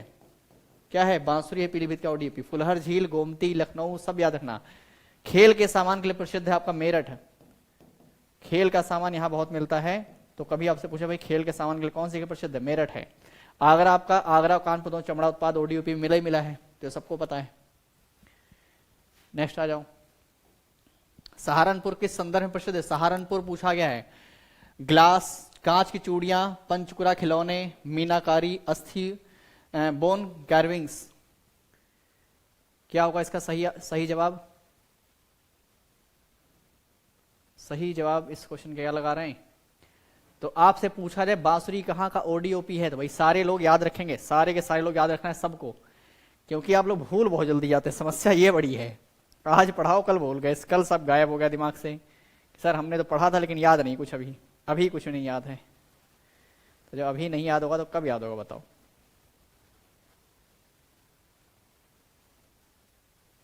चलो लगे हाथ, 2 दिवस बता दो सभी लोग। 2 दिवस पूछ लेते हैं आपसे, बताओ पोलियो डे कब मनाते हैं? बहुत आसान सा है। एकता दिवस, ये भी बता दो। ये 2 डे आपसे पूछ लेते हैं भाई, पोलियो डे और एकता दिवस, ये कब मनाते हैं? और एक है विश्व शिक्षक दिवस। ये 3 डे हो गए। चलो 3 डे के कमेंट करके बताओ आंसर। याद है तो बताना सही सही। बी आंसर आ रहे हैं। सहारनपुर किस लिए प्रसिद्ध है? ये नित्या गहरी, सर ये समस्या बहुत है। अरे समस्या तो वही है, यही तो दिक्कत है, इसी चीज को तो सही करना है कि अगर आप पढ़ रहे हो और याद नहीं है तो इससे बड़ी दुविधा फिर कोई नहीं हो सकती। आप फिर कितना ही पढ़ लो, पता चले बहुत पढ़ लिया, एग्जाम वाले दिन गए सब भूल गए, उसी दिन कुछ नहीं याद आ रहा। तो जितना डिब्बा आपका जो है ये उस दिन कितना काम करेगा, सारा खेल उसी दिन होना है। और नहीं काम किया तो फिर सब बेकार है फिर। 24 अक्टूबर आया है पोलियो डे, और यूनिटी डे आपका 31 अक्टूबर है, और यहाँ पर क्या विश्व शिक्षक दिवस भी पूछा गया है। तो ध्यान रखना विश्व शिक्षक दिवस आपका जो है 5 अक्टूबर को मनाते हैं, और आपका एकता दिवस क्या है, ये एकता दिवस आपका मनाते हैं 31 अक्टूबर को, ठीक है। और पोलियो डे मनाते हैं 24 अक्टूबर को। ये कई बार पूछा गया है। अब इसे पीसेस में क्वेश्चन पूछा कि 7 अप्रैल के बारे में, तो बताओ भाई एक बार जल्दी से 7 अप्रैल कौन सा डे मनाते हैं। आप कोई भी एग्जाम देने आओ, देखो ये क्लास करना है आर हाई कोर्ट के लिए तो करना ही करना है। आप कोई भी एग्जाम देने जा रहे हो, आप जीएस आप अपना अच्छा करना चाहते हो, तो ये आप क्लास करते रहो बराबर। और नोट्स बनाने का हम शुरू से बोल रहे हैं, जो नोट्स बना लेगा उसका सच में अच्छी हो जाएगी, चीजें आपको याद होंगी, नहीं तो आप याद नहीं कर पाओगे। सुनने में अच्छा लगेगा, बार बार आपको लगे कि हाँ याद हो जाएगा, लेकिन याद बात नहीं होगा फिर। एक विश्व कपास दिवस भी मनाते हैं, 7 अक्टूबर को मनाते हैं क्या, विश्व कपास दिवस। ध्यान रखना 7 अक्टूबर को ही मनाया था विश्व कपास दिवस, विश्व कपास दिवस। तो भाई विश्व कपास दिवस कहीं पूछे आपसे कब मनाते हैं, 7 अक्टूबर को मनाते हैं। 7 अप्रैल देखो हमें पता था, कई लोग देखो इसी पर आ गए, उनको लगा 7 अप्रैल ने इसीलिए लिखा है। अरे भाई 7 अप्रैल को क्या मनाते बताओ, विश्व स्वास्थ्य दिवस, ठीक है। तो ये ध्यान रखो, विश्व स्वास्थ्य दिवस, ये ध्यान रखो। ये पूछा गया है सब, ये सब पूछा गया, कुछ भी ऐसा नहीं पूछते आपसे जो एग्जाम में ना पूछा गया हो कहीं। सारी इंपॉर्टेंट चीजें हैं, बस नोट करोगे तो फायदा मिलेगा, नहीं करोगे तो फिर। जैसे आपको हमने एक दिन बताया राष्ट्रीय आपका क्या राष्ट्रीय बालिका दिवस, एक दिन आपको बताया अंतर्राष्ट्रीय बालिका दिवस, दोनों बताए थे। जिसको भी याद है आप में से वो लोग कमेंट करके बताओ, अंतर्राष्ट्रीय बालिका दिवस और राष्ट्रीय बालिका दिवस। कांच के सामान फिरोजाबाद में, बिल्कुल सही बात है। कांच के सामान कहां मिलते हैं भाई, ये आपकी जगह है क्या, फिरोजाबाद, जिसे क्या बोलते हैं, सुहाग नगरी बोलते हैं। क्या बोलते हैं, सुहाग नगरी। तो भाई सुहाग नगरी क्या है, ये फिरोजाबाद आपका क्या है, सुहाग नगरी। चलिए आंसर करिए, जो हमने पूछा उसका आंसर करते रहे सभी लोग। अब देखो पंचकुरा खिलौने के लिए आपका सहारनपुर प्रसिद्ध है, इसके अतिरिक्त सहारनपुर लकड़ी की नक्काशी गुड़ के लिए भी प्रसिद्ध है। ध्यान रखिए, गुड़ के लिए भी प्रसिद्ध है। तो देखो यहां पर ये आपका आंसर तो सभी लोगों ने बता ही दिया था, बी। तो बी वाले सारे सही हैं, बी वाले सारे सही हैं। और एक क्वेश्चन और है, सहारनपुर से क्वेश्चन और बने कि भाई सबसे उत्तरी जिला कौन सा यूपी का है। तो सबसे उत्तरी जिला आपको ध्यान रखना है, सबसे उत्तरी जिला। तो यहां पर इसको हम हटा रहे हैं, अगले स्लाइड पर आ रहे हैं। यहां पर आपको बताते हैं कि भाई सबसे उत्तरी जिला आपसे पूछा जाएगा तो आपका सहारनपुर है, ठीक है। आपसे पूछा सबसे पूर्वी जिला कौन सा है, बलिया है। सबसे पश्चिमी जिला कौन सा है, सबसे पश्चिमी जिला, तो बताना भाई सबसे पश्चिमी जिला क्या है, शामली है। और आपसे पूछा सबसे दक्षिणी जिला कौन सा है, सबसे दक्षिण में, सबसे दक्षिण आपका सोनभद्र आता है, ठीक है। तो ये आपसे पूछा गया है, ये भी पूछा गया और यह भी पूछा गया है। सबसे पश्चिमी जिला, सबसे पूर्वी जिला, सबसे उत्तरी, सबसे दक्षिण में कौन सा है, ये सब याद रखना है, ठीक है। 24 जनवरी, तो ये सब याद रखो, ये सारी चीजें पूछी गई हैं आपसे एग्जाम में। आगे चलते हैं अपने क्वेश्चन पे। किस शहर को खिलौनों का शहर के नाम से जाना जाता है, गाजियाबाद, कानपुर, नोएडा, ग्रेटर नोएडा, बताइए। खिलौनों का शहर,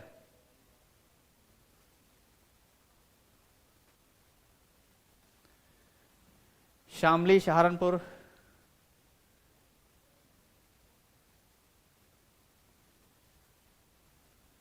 क्या है इसका सही जवाब, मोमिना।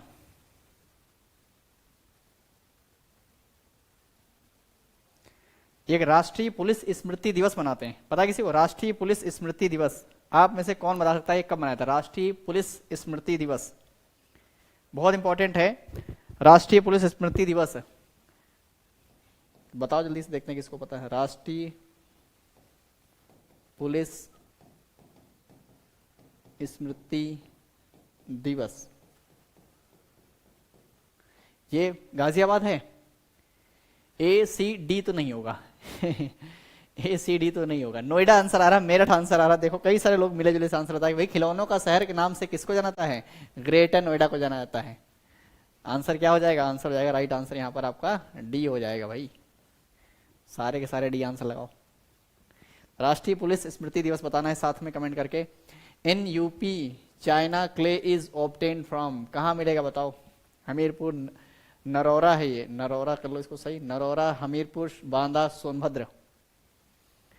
पता नहीं है कोई बात नहीं, पता नहीं है, नोट कर लो जो बता रहे हैं।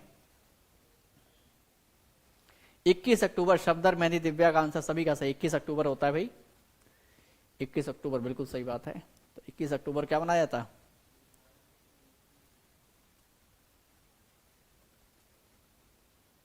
Very good very good. Like वाइक कर रहे हैं क्लास को? नहीं कर रहे हैं, देखो कितने सो लाइक नहीं करते बताओ हैं। एक संयुक्त राष्ट्र दिवस ही मनाते, पता है किसी को? संयुक्त राष्ट्र दिवस।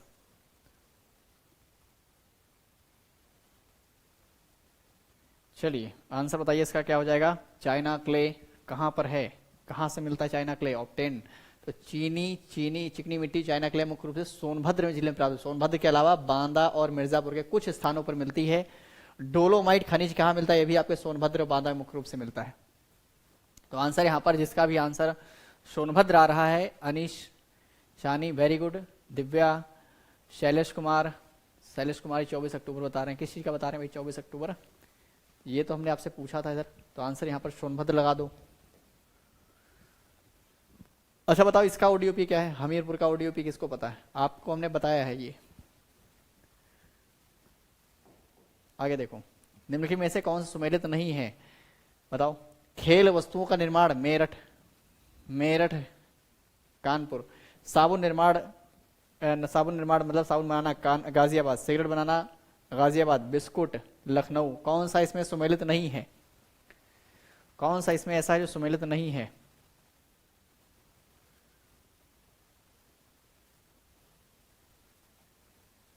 लाइक भी नहीं करते, कमेंट भी नहीं करते। हमने एक क्वेश्चन पूछा था आप लोगों से परसों क्लास में, शायद भूल गए होंगे, हमको लग रहा कई लोग को तो याद भी नहीं होगा। क्या आंसर है? जूता आंसर है। जूता को जूता ही लिख दिया। सही है भाई, जूता आंसर है। हमीरपुर का ओडीओपी क्या है? जूता है, शूज है।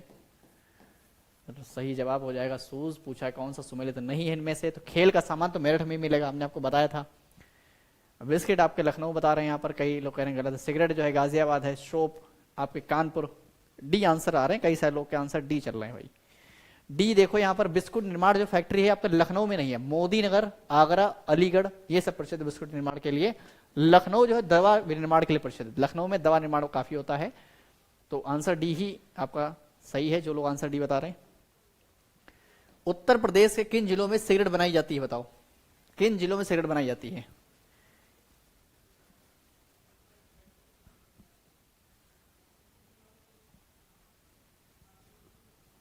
मेरठ, मथुरा, सहारनपुर, गाजियाबाद, आगरा, कानपुर, मुरादाबाद, अलीगढ़। सही जवाब क्या है क्वेश्चन का? जल्दी जल्दी जल्दी कमेंट करें सभी।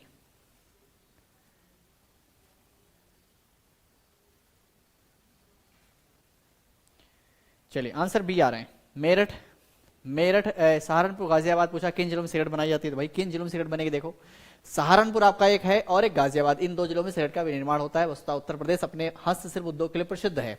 जैसे अलीगढ़ के ताले बहुत प्रसिद्ध है भाई, अलीगढ़ का ताला जो है। मुरादाबाद पीतल के बर्तन के प्रसिद्ध है। कानपुर चमड़ा उत्पाद के लिए प्रसिद्ध है। तो कुछ कुछ जगह है, कौन सी चीज किस लिए प्रसिद्ध है याद ध्यान रखना आपको, ठीक है, क्योंकि आपके क्वेश्चन ऐसे ही बन रहे हैं। उत्तर प्रदेश में सबसे बड़ी चीनी मिल कहां पर है? मोदी नगर, गाजिया, खतौली, मुजफ्फरनगर, गोरखपुर, देवरिया। सबसे बड़ी चीनी मिल 2021 ARO क्वेश्चन पूछा गया, कहां पर है ये?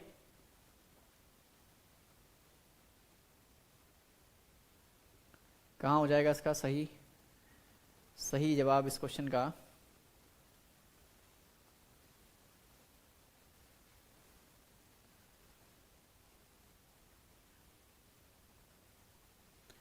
बी आंसर सही है, बी वाले। इस क्वेश्चन में क्या लगाओगे? खतौली, मुजफ्फरनगर। उत्तर प्रदेश में सबसे बड़ी चीनी मिल कहां पर है? गोरखपुर हो सकता है। कई लोग कह रहे हैं सर गोरखपुर हो सकता है। भाई देखो उत्पादन भंडार की क्षमता की दृष्टि से खतौली, मुजफ्फरनगर की त्रिवेणी चीनी मिल उत्तर प्रदेश की सबसे बड़ी चीनी मिल है। 1933 से चालू हो रही है। ठीक है, तो ये ध्यान रखना है यहाँ पर। यही आपका आंसर है। यहाँ पर जो लोग आंसर लगा रहे खतौली, मुजफ्फरनगर सही है। तो खतौली, मुजफ्फरनगर है। पूछा गया सबसे बड़ी चीनी मिल कहां पर, सबसे बड़ी आपसे पूछा जाए तो बी वाले सभी सही है। मैक्सिमम लोगों ने आंसर बी लगाया भी था, कुछ लोग अलग जा रहे थे, तो भाई कहीं अलग नहीं जाना है, बी ही आंसर हो जाएगा। ठीक है, एक मिनट रुक जाओ, एक और दूसरा नेक्स्ट PDF ले लेते हैं। ये वाली जो PDF आज की क्लास हुई ना, ये वाली आपको मिल जाएगी, इसको आप ले लीजिएगा। तो ये आपके UPSL के अच्छे क्वेश्चन थे। अब आते हैं कुछ हिस्ट्री क्वेश्चन, देखो आ गए हैं। हिस्ट्री क्वेश्चन पूछा कर देखो, पूछा निम्न में से भारत के किस ऐतिहासिक व्यक्ति को विष्णुगुप्त कहा गया? बहुत आसान सा, देखो विष्णुगुप्त किसे कहा गया बताओ? बिल्हाना को, कालिदास को, पतंजलि को, चाणक्य को, किसे कहा गया भाई बताइए, किसे कहा गया है?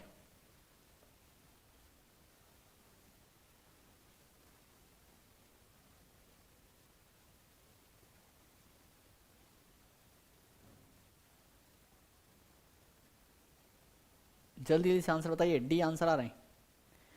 इस क्वेश्चन का सही जवाब क्या होगा?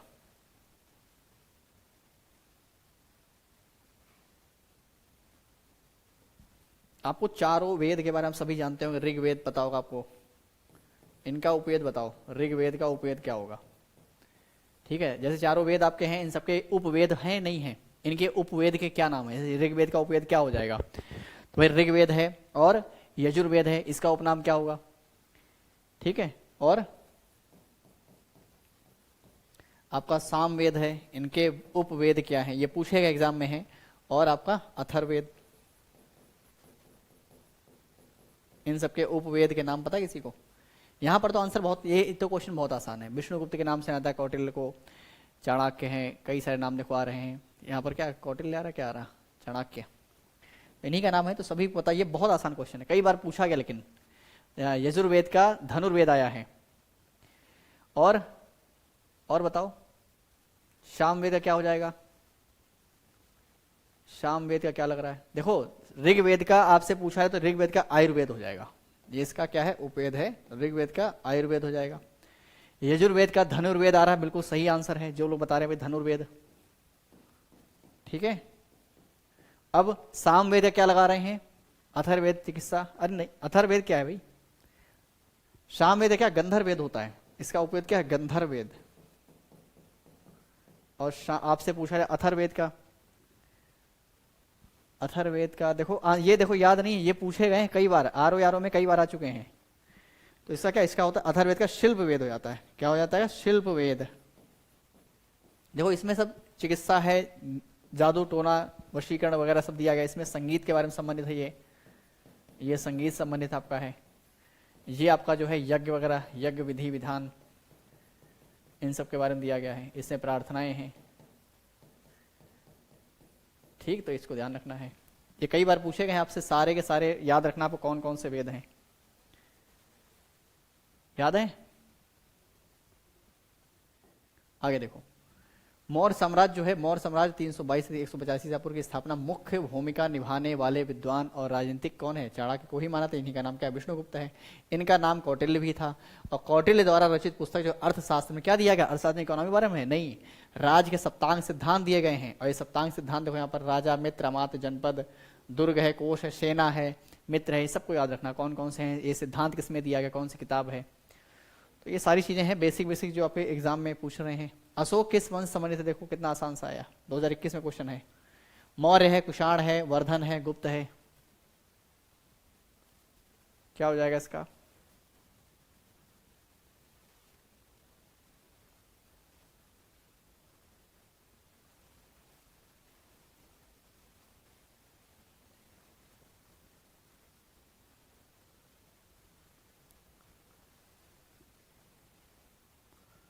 अच्छा बताओ, पांचवा मंडल की रचना किसने करी? पंचम मंडल जो है इसकी रचना किसने करी है? आपके एग्जाम में क्वेश्चन पूछ रहे हैं, पंचम मंडल की रचना कौन है, इसके रचयिता कौन है? पंचम मंडल के, पांचवें मंडल के रचयिता।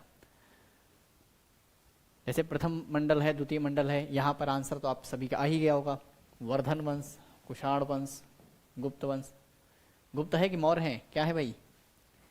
मौर्य वंश।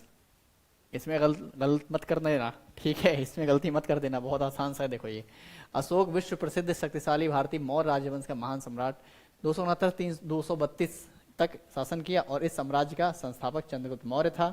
उसकी राजधानी पाटलिपुत्र थी। तो आपसे पूछा जाए भाई राजधानी क्या थी इनकी, तो मौर्य की राजधानी पाटलिपुत्र रही है, याद रखना इसको। कौन है पांचवें वेद जो आप सॉरी पांचवा मंडल जो है उसके रचयिता कौन है? विश्वामित्र नहीं, विश्वामित्र तो आपके तीसरे के हैं। थर्ड मंडल आपसे पूछा जाए तो विश्वामित्र है।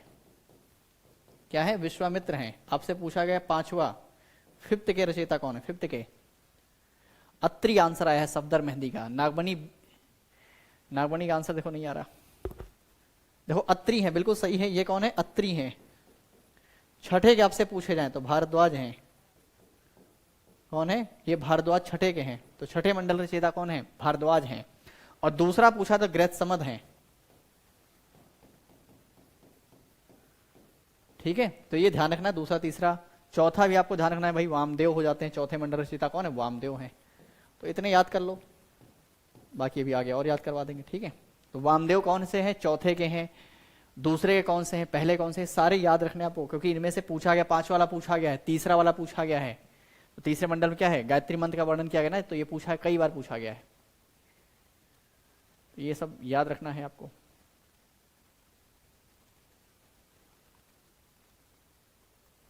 ठीक, चलो 7वें के वशिष्ठ हो जाएंगे, अगर याद रखना तो कर सकते हो। कौन सा अभिलेख है यह सिद्ध करता है कि चंद्रगुप्त का प्रभाव जो है पश्चिम भारत तक फैला हुआ था? कलिंग अभिलेख है, अशोक का गिरनार अभिलेख है, रुद्रादामन का जूनागढ़ अभिलेख है, अशोक का सोपारा अभिलेख है। कौन सा अभिलेख है जो ये बताता है? कौन सा अभिलेख बताइए?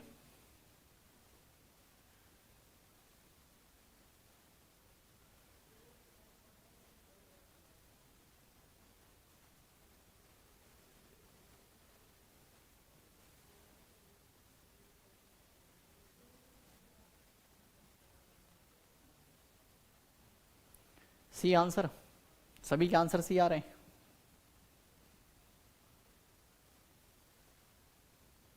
सभी का आंसर यहाँ पर सी आ रहा है कि रुद्रादामन का गिरनार जूनागढ़ अभिलेख जो है, इसमें कहा गया चंद्रगुप्त मौर्य का जो साम्राज्य जो है, जो कहाँ पर प्रभाव था इसका? पश्चिम तक था। तो भाई शक शासक कौन है? रुद्रदामन है। इनका अभिलेख है जूनागढ़। आपसे एग्जाम में कई बार पूछा कि जूनागढ़ किसका? जूनागढ़ अभिलेख जो है किससे संबंधित है? रुद्रदामन से। और ये अभिलेख में ये बताएगा कि भाई चंद्रगुप्त मौर्य जो थे, चंद्रगुप्त इनका क्या है भाई? पश्चिमी, इनका प्रभाव जो पश्चिमी भारत में फैला हुआ था। इसी अभिलेख में कहा गया चंद्रगुप्त मौर्य के प्रांतीय शासक पुष्पगुप्त के द्वारा, किसके द्वारा?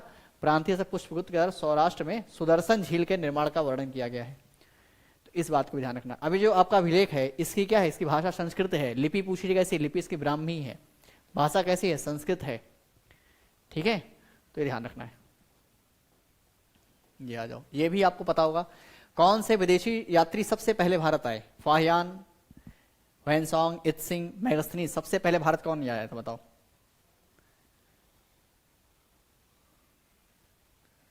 सबसे पहले भारत कौन आता है?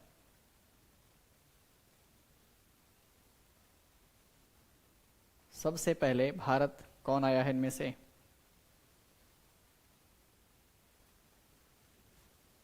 डी आंसर, डी है, किसी का बी आ रहा है, ए भी है। मेगस्थनीज देखो एक आंसर आया है। सबसे पहले कौन आया इनमें से? लगाओ, सारे के सारे लगाओ आंसर। देखो ऐसे क्वेश्चन आते फिर भी आप लोग आंसर लगाने में कंजूसी करते रहते हो। देखो यहाँ पर भारत प्रश्न में दिए गए विदेशी यात्रियों के भारत आने वाला पहला व्यक्ति जो है वो मेगस्थनीज था। बहुत आसान सा क्वेश्चन है, डी आंसर वाले सभी से। इसमें भी देखो सी आंसर कुछ लोग लगा चुके हैं।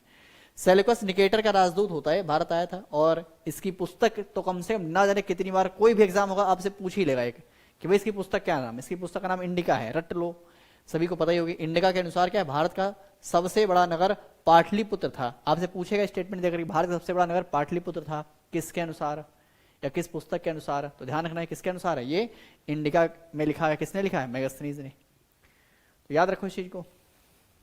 आगे देखो, मौर्य काल में प्रसिद्ध शिक्षा केंद्र कौन सा है? वैशाली, नालंदा, तक्षशिला, उज्जैन। क्या हो जाएगा इसका?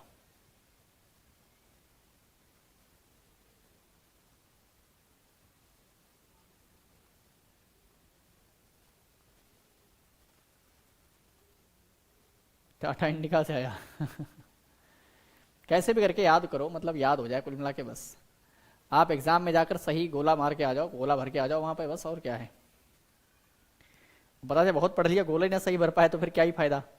तक्षशिला आंसर आ रहा है यहाँ पर। नालंदा भी है, तक्षशिला भी। मौर्य काल में प्रसिद्ध शिक्षा का केंद्र कौन सा है? सारे लोग आंसर नालंदा की तरफ इशारा कर रहे हैं भाई। सारे लोग क्या कर रहे हैं? मौर्य काल तो प्रसिद्ध शिक्षा का केंद्र क्या है? तक्षशिला था। और यह प्राचीन भारत में गांधार प्रांत की राजधानी थी। तक्षशिला विश्वविद्यालय की स्थापना 500 ईसा पूर्व में की गई थी। ठीक है, और स्थापना राम के भाई भरत ने अपने पुत्र तक्ष के नाम पर रखा था। यह वर्तमान पाकिस्तान के रावलपिंडी शहर में स्थित है। तो आंसर यहाँ पर पूछा गया है, जिनका भी आंसर सी आए हैं वो सही है। ठीक है, सी वाले सारे सही। कई लोग आंसर बी लगा रहे थे, बाद में चेंज किया शायद। कई लोग के आंसर बी आए थे, ठीक है, कई लोग हमको लग रहा था आंसर बी थे उनके।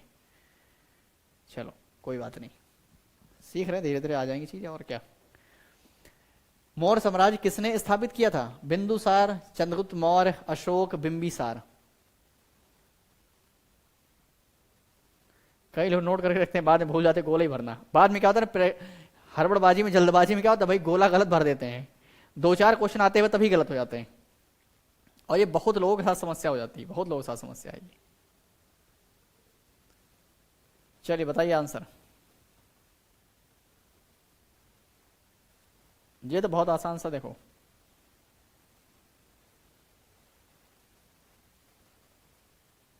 क्या आंसर इसका, बी। अब देखो, अब इसका आंसर गलत नहीं करना कोई। पूछा गया है मौर्य साम्राज्य की स्थापना किसने? बिंदुसार, अशोक, बिंबिसार। बिंदुसार बिंबिसार बहुत लोग परेशान होते हैं कि बिंदुसार कौन है, बिंबिसार कौन है। चलो, मैक्सिमम लोगों ने आंसर यहाँ पर बी लगाया है भाई, मैक्सिमम लोगों ने आंसर बी लगाया, सभी से कुछ लोग आंसर डी भी लगा रहे थे अभी। मौर्य साम्राज्य की स्थापना जो चंद्रगुप्त मौर्य के द्वारा कब होती? 322 में होती, 322 के आसपास। और राजधानी क्या है इनकी? पाटलिपुत्र, याद रखिएगा। मौर्य साम्राज्य के जैसे और शासक चंद्रगुप्त मौर्य है, बिंदुसार है, अशोक के, ये सारे हैं। अंतिम पूछा जाए कौन है, जैसे पूछा है अंतिम कौन है, तो अंतिम है जरूर जरूर याद रखना है, ये बृहद्रथ है। बृहद्रथ क्या है? अंतिम है ये। कई बार पूछा गया भाई अंतिम कौन है, तो अंतिम आपके बृहद्रथ हैं, इस बात को जरूर याद रखना है, ठीक है। अब इसे चंद्रगुप्त मौर्य के नाम को लेकर कई बार क्वेश्चन पूछा था भाई, किसमें किसमें क्या लिखा है। तो जूनागढ़, जैसे चंद्रगुप्त मौर्य का नाम चंद्रगुप्त है, ये किस कहां पर है, ये कौन से अभिलेख में होता है, कहां पर इनका नामकरण चंद्रगुप्त मौर्य मिलता है? तो जूनागढ़ अभिलेख जो आपने पढ़ा था अभी, जूनागढ़ अभिलेख में ही इनका नाम क्या है? चंद्रगुप्त लिखा गया है। ये आपसे पूछे भाई किसमें इनका नाम चंद्रगुप्त है, जूनागढ़ अभिलेख किसका है? रुद्रदामन का अभिलेख है, ठीक है। और प्लूटार्क ने इन्हें एंड्रोकोटस कहा था, यह भी पूछा गया है कि प्लूटार्क ने इन्हें क्या कहा था? एंड्रोकोटस कहा था। याद है? भूल गए? बहुत से लोग याद होगा, बहुत से लोग बिल्कुल नहीं याद होगा। एंड्रोकोटस कहा गया इन्हीं को। आज के क्वेश्चन बहुत इजी हैं, तो मजा आ रहा लगाने में, फिर भी तो आंसर नहीं लगा पा रहे, फिर भी कई लोग तो आंसर। तो एरियन और प्लूटार्क, इन दोनों ने क्या कहा था? इन दोनों ने इसको एंड्रोकोटस कहा है। किसको? चंद्रगुप्त के बारे में सारी बातें हो रही है, ध्यान रखना। जूनागढ़ अभिलेख में इसको क्या बोला गया है? इसी को बोला गया है चंद्रगुप्त। देखो आरओ यारो हाईकोर्ट वाले में प्रॉब्लम यह है कि अगर आपको चीजें फैक्ट नहीं याद हैं, अगर आपको चीजें तैयार नहीं है अच्छे से, इसीलिए इसी कट ऑफ ज्यादा जाने के पीछे कारण क्या? पेपर थोड़ा सा लेवल ऐसा होता है कि आपको मैक्सिमम चीजें सही करनी है, गलत नहीं कर सकते आप ऐसे कुछ पेपर को। अगर आपने गलत किया तो काम हो जाएगा फिर, ठीक है। जस्टिन स्ट्रैबो, ये सब इसको क्या बोलते हैं? जस्टिन स्ट्रैबो एंड्रोकोटस बोलते हैं इसको, जस्टिन के द्वारा और स्ट्रैबो के द्वारा। जस्टिन और स्ट्रैबो ने क्या बोला इसको? सैंड्रोकोटस कहा है। ये कहीं लिख लो, आता है एग्जाम में, पूछा था आपसे, कर लोगे इसको, सैंड्रोकोटस कहा गया। तो चीजें अगर आपके तैयार नहीं होंगी तो पेपर आप आसान भी आएगा ना, तब भी आप गलत कर दोगे फिर। व्यापार मार्गों का अभिसरण या मिलान बिंदु जो मध्य एशिया से होते हुए सिल्क रूट से जुड़ा था, तक्षशिला, बक्सर है, बिंदुसार, विजयालय।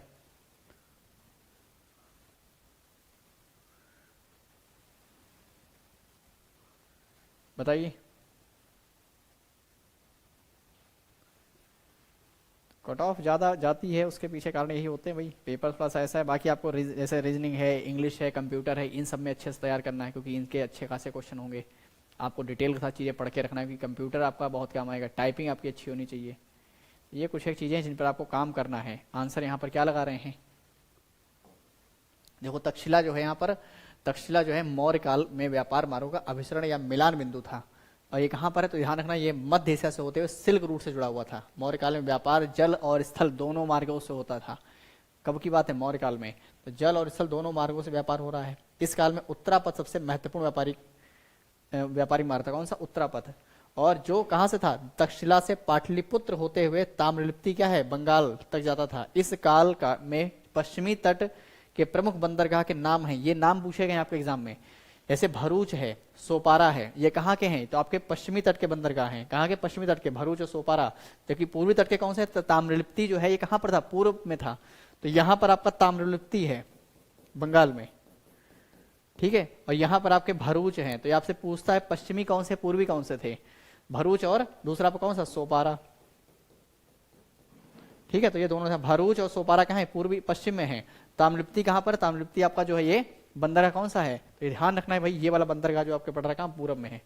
इनके माध्यम से ब्रह्म देशों से व्यापारिक संबंध स्थापित किया जाता था। तो ये बंदरगाह कौन से है, किस साइड में, जरूर ध्यान रखना। आगे आ जाओ। पूछा गया प्रसिद्ध स्मारक गोल गुंबज किस शहर में, द फेमस मॉन्यूमेंट्स गोल गुंबज कहां पर होगा ये,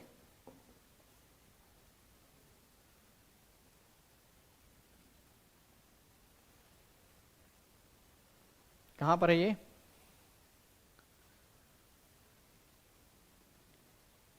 यही सब क्वेश्चन होते जो घूम फिर के आते तो फिर बहुत से लोग नहीं कर पाते, गड़बड़ कर देते इसी में।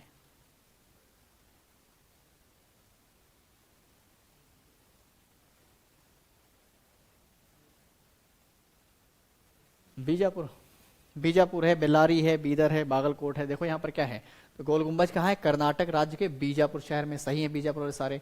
और एक कब है, 17वीं शताब्दी में इसका निर्माण होता है। कब होता है, 17वीं शताब्दी में गोल गुंबज का निर्माण होता है। कहाँ पर, कर्नाटक के बीजापुर में। आदिल शाही वंश का शासक कौन, मोहम्मद आदिल शाह। कौन है, मोहम्मद आदिल शाह। ये आदिल शाही वंश था बीजापुर उसी के, ठीक है। आदिल शाह के मकबरे के रूप में कराया गया था। गोल गुंबज भारत का सबसे बड़ा और विश्व का दूसरा सबसे बड़ा गुंबज है। विश्व का दूसरा सबसे बड़ा, भारत का सबसे बड़ा। ठीक, याद रखना। आगे आते हैं, रामप्पा मंदिर जो विश्व विरासत स्थल है, कहां से, रामप्पा कहां है, राजस्थान में, तेलंगाना में है, तमिलनाडु में है, कहां पर पड़ेगा ये रामप्पा?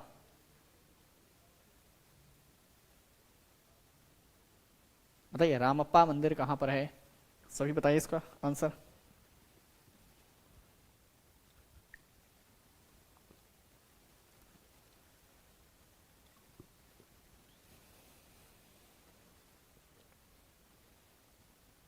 क्या रहा इसका सही?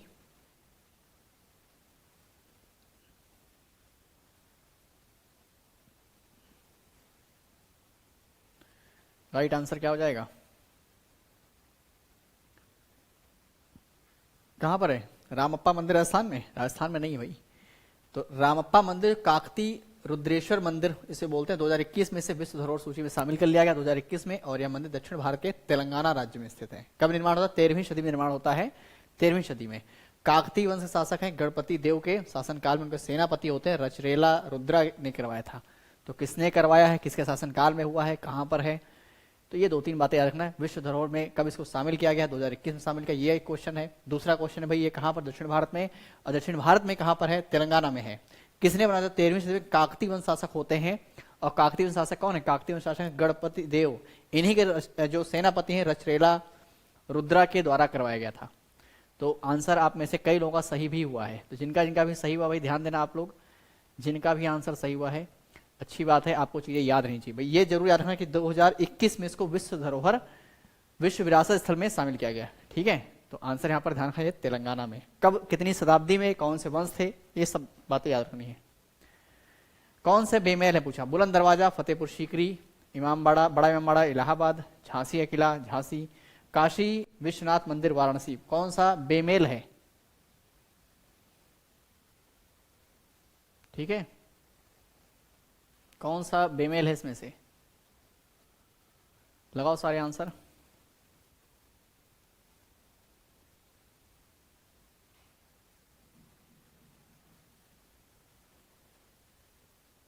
बी आंसर, क्या लग रहा है, बी आंसर है? देखो बहुत आसान सा क्वेश्चन है भाई, कौन सुमेलित, देखो यहाँ पर सुमेलित है। बुलंद दरवाजा कहाँ पड़ेगा, फतेहपुर सीकरी में होगा। बड़ा इमामबाड़ा लखनऊ में है, ये प्रयागराज लिखा था वही गलत है आपका, झांसी किला झांसी में है। काशी विश्वनाथ मंदिर आपको पता है वाराणसी में है। और वाराणसी में ज्ञानवापी मस्जिद पड़ेगी आपकी, तो भी नाम आपसे पूछा गया कई बार। नेक्स्ट आ जाओ, तवांग मोनेस्ट्री का निर्माण 1600 में हुआ था, जो कहाँ पर अवस्थित, तवांग मोनेस्ट्री कहाँ पर है, लेह में, मणिपुर में, अरुणाचल में, सिक्किम में, तवांग। बिल्कुल, बड़ा इमामबाड़ा लखनऊ में है। आप में से कई लोग लखनऊ से भी होंगे, जो लखनऊ से हैं वो लोग घूमने गए, नहीं गए वहां पे, घूमने गए होंगे, पता होगा आपको। बड़ा इमामबाड़ा लखनऊ सबको पता है। क्या आंसर होगा,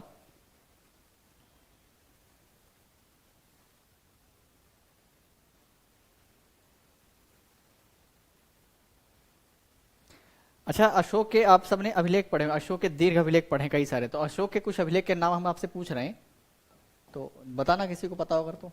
अशोक के अभिलेख हैं, दीर्घ अभिलेख हैं,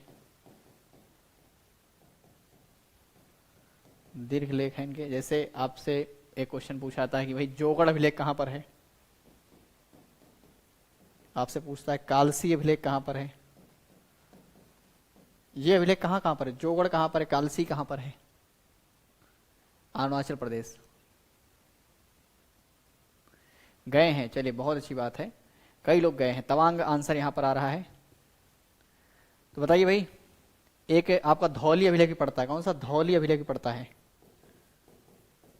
धौली अभिलेख, कालसी अभिलेख, जोगढ़ अभिलेख, ये सब कहाँ कहाँ पर स्थित है, किसी को पता हो तो जरूर बताना। देखो यहाँ पर तवांग मठ आपके अरुणाचल प्रदेश पड़ता है, ठीक है, और बौद्ध मठ है, यह भारत का सबसे बड़ा बौद्ध मठ है। कौन सा है, तवांग मठ, सबसे बड़ा है ये। तवांग नदी की घाटी में स्थित है, कौन सी नदी, तवांग नदी घाटी में स्थित है।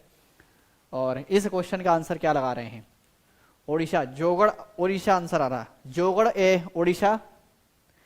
देखो जोगढ़ आपका है गंजाम जिला पड़ता है, कौन सा जिला है, जिला पड़ता है ओडिशा में गंजाम जिला। तो ये सही है, जिसका भी आंसर है गंजाम जिला पड़ता है ओडिशा में, वहीं पर इनका है जोगढ़ अभिलेख। कालसी देहरादून, वेरी गुड, कालसी कहां पर है, तो कालसी देहरादून है, उत्तराखंड,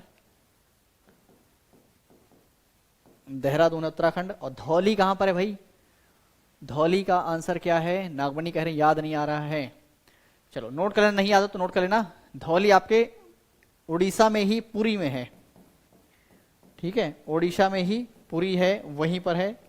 तो आपका कौन सा धौली, तो याद रखना ये आपके दो ओडिशा में है, इंपॉर्टेंट है, कई बार पूछे गए हैं, कई बार पूछे गए हैं। और शाहबाजगढ़ी तो आप जानते होंगे कहां पर पड़ेगा, शाहबाजगढ़ी भी आपको पता है। तो ये अभिलेख जो है आपको हमने बताया, ये ध्यान रखना, ये पूछे जा रहे हैं। आगे आ जाते हैं, पंचमहल इनमें से किस भारतीय शहर में स्थित है, पंचमहल इनमें से किस भारतीय शहर में से, लखनऊ है, गोलकुंडा, आगरा, फतेहपुर सीकरी।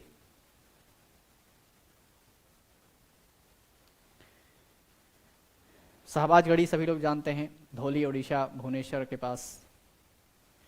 एक सन्नती अभिलेख पड़ता है, सन्नती अभिलेख, सुना नहीं सुना नाम, सन्नती अभिलेख, सन्नती अभिलेख भी आपके गुलबर्गा कर्नाटक में पड़ता है, नोट करना चाहे कर लेना, गुलबर्गा में है सन्नती अभिलेख। कहां पर है, गुलबर्गा कर्नाटक। और सोपारा एक अभिलेख पड़ता, सोपारा अभिलेख। ये सब दीर्घ अभिलेख हैं इनके। तो ये कहां पड़ेगा, ये महाराष्ट्र में पड़ता सोपारा। आपसे पूछे महाराष्ट्र में कहां पर, तो महाराष्ट्र जिला है ठाणे, ठीक है, महाराष्ट्र के ठाणे में पड़ता है आपका सोपारा। सन्नती कहां पर, गुलबर्गा कर्नाटक में है। यहां पर आंसर आ रहा है बी। पंचमहल कहां पर है भाई, पंचमहल आगरा में है क्या, देखो भाई पंचमहल फतेहपुर सीकरी में है, और इसकी स्थापना मुगल बादशाह अकबर द्वारा करी थी। फतेहपुर सीकरी किले की सबसे ऊंची इमारत है, फतेहपुर सीकरी किले की सबसे ऊंची इमारत है पंचमहल, और पिरामिड आकार में बनी हुई, ये भी ध्यान रखना है। आपको स्टेटमेंट देकर ऐसे फंसाएगा एग्जामिनर, एक लाइन बना देगा, पिरामिड आकार में क्या है, पंचमहल है, हवा महल भी कहा जाता है इसको। इसकी पहली मंजिल के खंभों पर शेष मंजिलों का संपूर्ण भार है, पहली मंजिल खंभों पर शेष मंजिल का संपूर्ण भार है, इस बात को याद रखना है। कवितावली एवं गीतावली के सम्मानित लेखक कौन है, कवितावली गीतावली, सूरदास, तुलसीदास, शंकरदेव, पुरंदरदास। बताएं आंसर,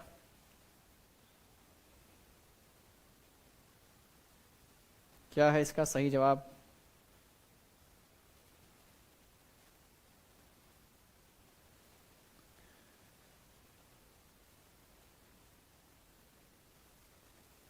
राइट आंसर इस क्वेश्चन का क्या लगा रहे हैं भाई, आंसर सभी लोग लगाए करो, सभी लोग। तुलसीदास आंसर है, कवितावली, गीतावली। अच्छा, रामचरित मानस जो है किस भाषा में लिखी गई बताना, रामचरित मानस जो है इसकी भाषा क्या है, ये किस भाषा में है, जो पूछा गया क्वेश्चन है आपसे। तो तुलसीदास हिंदी साहित्य के महान कवि, अकबर के समकालीन, ये बात ध्यान रखना कि भाई अकबर के ही समकालीन थे। इनकी रचनाएं कवितावली, गीतावली, विनय पत्रिका, जानकी मंगल, रामचरितमानस, ठीक है। तो कौन सी भाषा में लिखी गई है, बी आंसर, बी आंसर सही है, तुलसीदास जी हैं। और इनकी ये कौन सी है, अवधी भाषा, वेरी गुड वेरी गुड, अवधी भाषा में लिखी, याद रखना। आप एग्जाम देने जा रहे हो कोई तो वहां पूछा भी गया है, ये कई सारे एग्जाम में आ चुका है। मुगल दरबारी इतिहास के लिखने के लिए कौन सी भाषा इस्तेमाल होती थी, मुगल दरबारी इतिहास को लिखने के लिए कौन सी भाषा प्रयोग करते थे, कौन सी भाषा का प्रयोग करते थे मुगल दरबारी? उर्दू है, फारसी है, अरबी है, हिंदवी है। कौन सी भाषा इस्तेमाल की जाती थी? उर्दू, फारसी, अरबी, हिंदवी। उर्दू, फारसी, अरबी, हिंदवी। तो सबको पता है भाई भाषा कैसी थी इनकी। अवधी, अवधी क्यों आंसर आ रहा भाई? फारसी भाषा थी ना इनकी। कैसी भाषा थी? फारसी भाषा थी। तो आपसे पूछा मुगलों की राज की भाषा, दरबारी भाषा क्या था? फारसी है। मुगल कालीन शासकों ने फारसी को राजभाषा बनाया था, ध्यान रखना। इसका फारसी साहित्य काफी समृद्ध था। और आईने अकबरी, अकबरनामा का तीसरा खंड है, तुजू के जहांगीरी, फतवा आलमगीरी, ये सब क्या है? फारसी में लिखी गई है। ठीक है, नेक्स्ट आ जाओ। पृथ्वीराज ने मोहम्मद गौरी को किस लड़ाई में पराजित किया? पृथ्वीराज ने मोहम्मद गौरी को किस लड़ाई में? तराइन की दूसरी लड़ाई, तराइन की पहली, पानीपत की पहली, खानवा की लड़ाई, कौन सी लड़ाई में हराया था बताओ? आसान लगा, जल्दी से आंसर बताना फटाफट, तेजी से।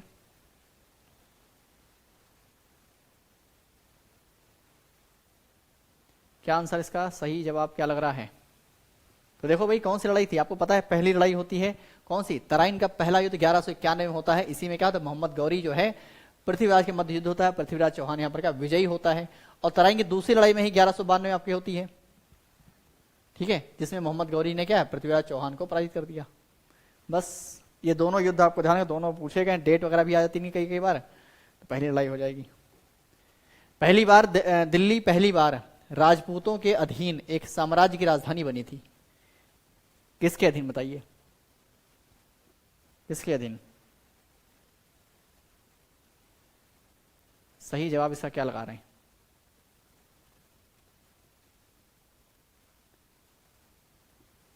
तो चहमान है, तोमर राजपूत है, चौहान थे, गुप्त डायनेस्टी। तो दिल्ली पहली बार राजपूतों के अधीन एक साम्राज्य की राजधानी बनी थी। किसके समय में? किसके समय में? B answer. अब आंसर आगे बढ़ो भाई, बी आंसर हो गया, इसके आगे बताना क्या है? तोमर, चौहान। तोमर आंसर आ रहा है, चौहान भी आंसर आ रहा है, और आंसर संतोष कुमार, नित्या, नागमणि, शैलेश कुमार, बी आंसर आ रहे हैं भाई, सभी के बी आंसर आ रहे हैं। किसी का आंसर और कुछ है क्या? तो देखो भाई आंसर क्या लगेगा, क्या लगाओगे? तोमर है, चौहान है, तो भाई जितने लोग तोमर वाले हैं सारे सही। आंसर क्या हो जाएगा? राइट आंसर हो जाएगा बी, ये वाला आपका आंसर होगा। यहाँ पर ऑप्शन ऊपर नीचे हो गया होगा ए बी सी में, इसको ध्यान रखना है। ताना भगत आंदोलन के बारे में निम्नलिखित कथनों विचार करना है। ताना भगत आंदोलन क्या था भाई? ताना भगत एक आदिवासी समुदाय जो मुख्य रूप से महाराष्ट्र में रहते थे, और उन्होंने गांधी जी की अहिंसक प्रतिरोध की विचारधारा का विरोध किया। यह जमींदारी विरोधी आंदोलन था। और उपरोक्त में से कौन सा सही है? कौन सही बताओ इनमें से?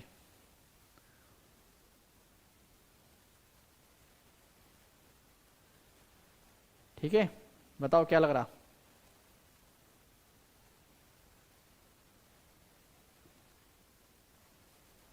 सही जवाब क्वेश्चन का क्या आ रहा है इसमें? ताना भगत आंदोलन के बारे में पूछा गया भाई। ताना भगत आंदोलन आपने पढ़ा होगा। तो अच्छा, यहां पर ऑप्शन भी दिए गए, 1 2 सही है, केवल 3 सही, 1 2 3 सही है, ऐसे भी पूछा गया है। C answer. देखो यहां पर ऑप्शन दिए गए इस तरह से, अब देखना, तो देख लो भाई ताना भगत आंदोलन कहाँ है? ताना भगत आंदोलन जो है ब्रिटिश सरकार के विरुद्ध में छोटा नागपुर तत्कालीन क्या है? बिहार, झारखंड, वर्तमान झारखंड प्रांत में हुआ था। और ताना भगत आंदोलन 1914 से 1920 तक चला था। यह आंदोलन मुख्यतः जमींदारी मिशनरी के विरोध में उत्पन्न हुआ था, और गांधी जी के अहिंसक प्रतिरोध के विचारधाराओं का समर्थन किया था इसने। तो यहाँ पर आंसर क्या लग रहा है? यहाँ पर आपका आंसर 1 सही है। देखो ये महाराष्ट्र वाला तो गलत हो गया, इन्होंने विचारधारा का समर्थन किया था। और ये वाला, ये क्या है भाई? जमींदारी विरोधी आंदोलन था, ये भी सही है। तो दूसरा और तीसरा सही है। आंसर यहाँ पर क्या लगा दिए? दूसरा और तीसरा, ये हो जाएगा आंसर। आगे देखो, फिर पूछा चंपारण सत्याग्रह 1917 में किसानों की मुख्य शिकायत क्या थी? किसानों की मुख्य शिकायत क्या थी? किसानों की मुख्य शिकायत क्या थी चंपारण 1917 में? गैर कानूनी करों का अतिरिक्त भार, जमींदारों का उत्पीड़न, भूमि कर की मांग, तिनकठिया प्रणाली। ये तो और भी आसान है।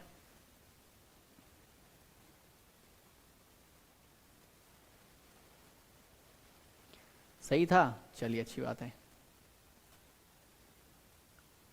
अब बता दो जल्दी से क्या लग रहा है इसमें? तो बिल्कुल आसान सा भाई, तिनकठिया प्रणाली थी, इसी चंपारण का ही इशू था इनका। इस प्रणाली के तहत क्या होता है? उनकी कुल भूमि के क्या 1/3 भाग को नील खेती करना अनिवार्य कर दिया गया था, यही सिस्टम था। इसी वजह से क्या तीन गठिया प्रणाली के बारे में बताया गया था। तो आंसर यहाँ पर सभी को पता है, डी आंसर। आसान सा क्वेश्चन है। फिर पूछा गया है कि किस ब्रिटिश कमांडर को संथालों ने 1855 में पराजित किया? कप्तान निक फेबिल, लेफ्टिनेंट बास्टन, मेजर बारो, कर्नल व्हाइट, किसने किया था?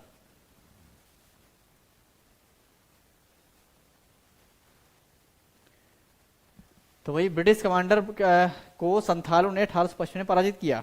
क्या हुआ इसका सही जवाब? तो देखो भाई, ब्रिटिश 1855 में क्या, तो संथाल परगना में ब्रिटिश हुकूमत के खिलाफ जो विद्रोह हुआ था उसे संथाल विद्रोह कहते हैं। कहां पर हुआ था? संथाल परगना में हुआ था, इसलिए इसको क्या संथाल विद्रोह कहेंगे। सिद्धू कान्हू विद्रोह के नेता थे और इसी विद्रोह के दौरान ब्रिटिश कमांडर मेजर बारो को संथालों ने पराजित कर दिया था। किससे? मेजर बारो को। आंसर जिसका भी यहाँ पर, जिसका भी आंसर मेजर बारो है भाई, वो लगा लेना सही सारे के सारे सी।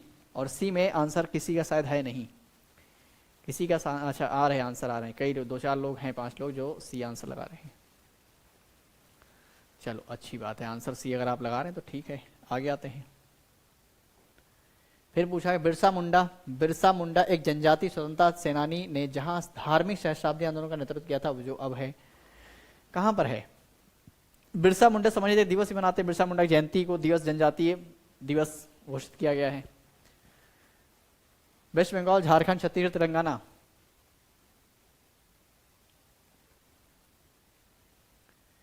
क्या है इसका सही answer? B answer 20। Jharkhand Jharkhand Jharkhand Jharkhand, भाई सारे लोग आंसर। तो देखो बिरसा मुंडा के बारे में सभी पता है भाई, 15 नवंबर को क्या मनाते हैं? दिवस मनाते हैं, इनकी जयंती मनाते हैं, उसी को जनजाति दिवस घोषित किया गया है, आपको पता होगा। मुंडा जनजाति धार्मिक नेता, स्वतंत्रता सेनानी थे और लोकनायक थे। सहस्त्राब्दी आंदोलन का नेतृत्व किया और कहां पर? रांची, झारखंड। बिरसा मुंडा द्वारा चलाए गए आंदोलन को उल गुलान के नाम से जानते थे। क्या नाम से जानते थे? उल गुलान। तो उल गुलान आंदोलन किसका था? इन्हीं का था, ठीक है, इन्हीं का था। कौन से नेता है 1820 से 32 के दौरान खासी विद्रोह से जुड़े हुए थे? नाम बताना सिर्फ, वहां कौन से हैं? हाँ, 15 नवंबर को बनाया था।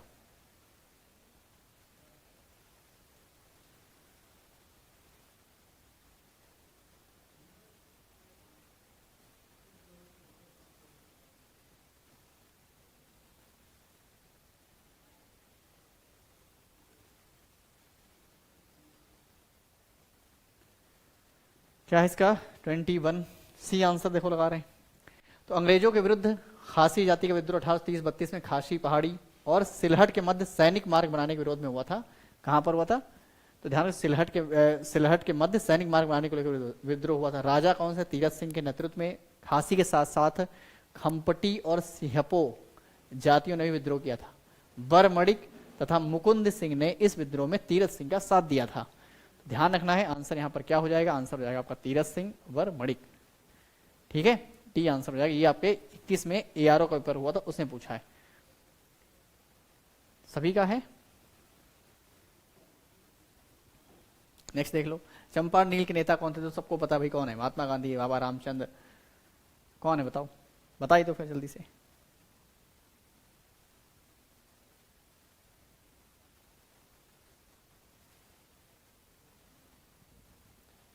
क्या इसका सही जवाब क्या लगेगा? तो सबको पता भाई, गांधी जी का यहाँ पर क्या है, किसान आंदोलन थे। लक्ष्य यूरोपीय बागान मालिकों के शोषण का इन 3 गठिया प्रणाली को रोकने के लिए था। और कौन होते हैं? रामचंद्र शुक्ल जी होते हैं। लखनऊ में क्या गांधी से मुलाकात करते हैं, नीली खेती के बारे में जो चीजें होती हैं वो बताते हैं। और शोषण को रोकने के लिए गांधी के नेतृत्व में नील आंदोलन का नेतृत्व होता है सफलता से। चलो लास्ट क्वेश्चन आज का बताना है। भारतीय किसान सभा, यहाँ पूछा अखिल भारतीय किसान सभा का प्रथम सम्मेलन कहाँ पर होता है? प्रयागराज में, कानपुर में, लखनऊ में, गोरखपुर में। इस बार आपका एक पेपर हुआ था भी, आपने देखा होगा हाल के पेपर में क्वेश्चन यही पूछा गया था। यही वाला question as it is copy होकर वहां पर आया था।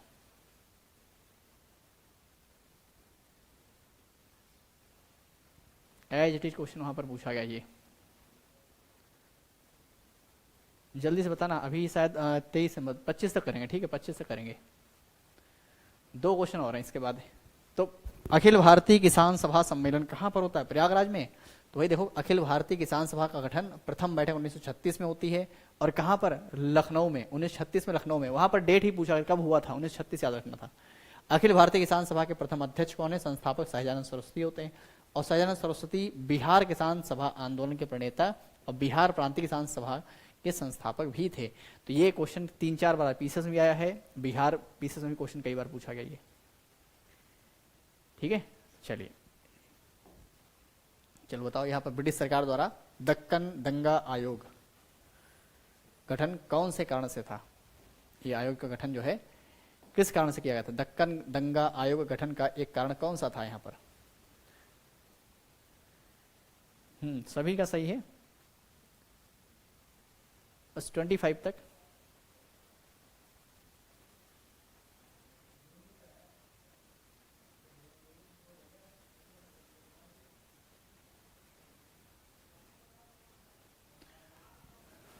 तो दक्कन आयोग, दक्कन दंगा आयोग गठन का कारण क्या था भाई?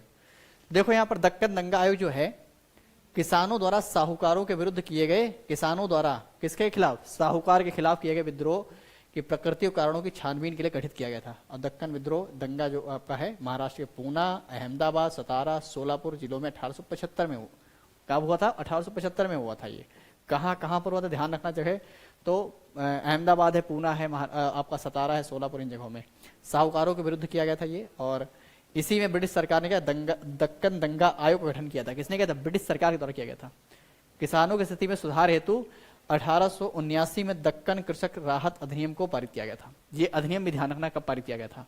तो 1879 में दक्कन कृषक राहत अधिनियम आता है 1879 में। ठीक है, तो आंसर यहां पर ध्यान रखना है, आंसर आपका हो जाएगा दंगों के कारण की छानबीन करना, to investigate into the cause of riots. चलिए बताइए इसका, consider the following statement regarding the great social reformer Jyotirao Phule. इनके बारे में बताना है, इनके बारे में बताना क्या सही है।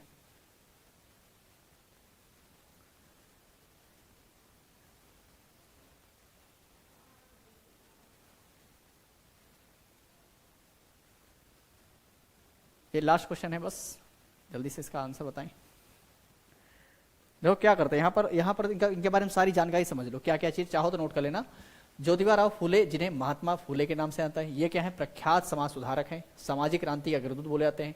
ब्राह्मणों के आडंबर और उनके अवसरवादी धार्मिक ग्रंथों की बुराइयों से निम्न जातियों को बचाने के उद्देश्य से 1873 में पूछा गया है कि सत्य शोधक समाज की स्थापना कई बार पूछा, कहां पर हुई थी? मुंबई में हुई थी। कब हुई थी? 1873 में हुई थी। इसके साथ ही ज्योतिबा फूले और सावित्रीबाई फूले ने महिलाओं की मुक्ति के लिए आंदोलन का नेतृत्व किया था। और कहां पर? 1848 में कहां पर? पुणे में होगा, लड़कियों के लिए पहली बार बालिका विद्यालय की स्थापना होती है। ये चीज ध्यान रखना है। यहाँ पर 3-4 फैक्ट है जो बहुत जरूरी हैं, आपको याद रखना है कि 1848 से पुणे में पहली बार जो है बालिका विद्यालय बनाया गया था। कहां पर? पुणे में। कब? 1848 में। सत्यशोधक समाज कहां बनता है? मुंबई में बनता है। कब बनता है? 1873 में। ये बातें आपको इसमें ध्यान रखनी, ठीक है। आंसर यहाँ पर क्या हो गया? आंसर आपका यहाँ पर सी हो जाएगा। बोथ 1 और 2 राइट हो जाएंगे। तो पहला दूसरा जो यहाँ पर है दोनों सही है। सत्यशोधक समाज 1873 मुंबई, और he open the first school girls in India August, ये कहाँ पर? पुणे बनाया गया था 1848 में, ठीक है। तो वही ये जो है, ये क्वेश्चन आपका हिंदी इंग्लिश दो ही स्टेटमेंट इसमें है। ये हिंदी दी गई है, ये ऊपर इंग्लिश दी गई, बस यही था इसमें, और कुछ नहीं था। ओके, चलिए तो आज के लिए इतना ही, आगे बातें कल। क्लास को लाइक कर देना, शेयर कर देना अगर चाहें तो, और क्लास कमेंट जरूर किया करें, बताया क्लास कैसी लगी आपको, ठीक है। चलो भाई, चलिए ओके, गुड नाइट।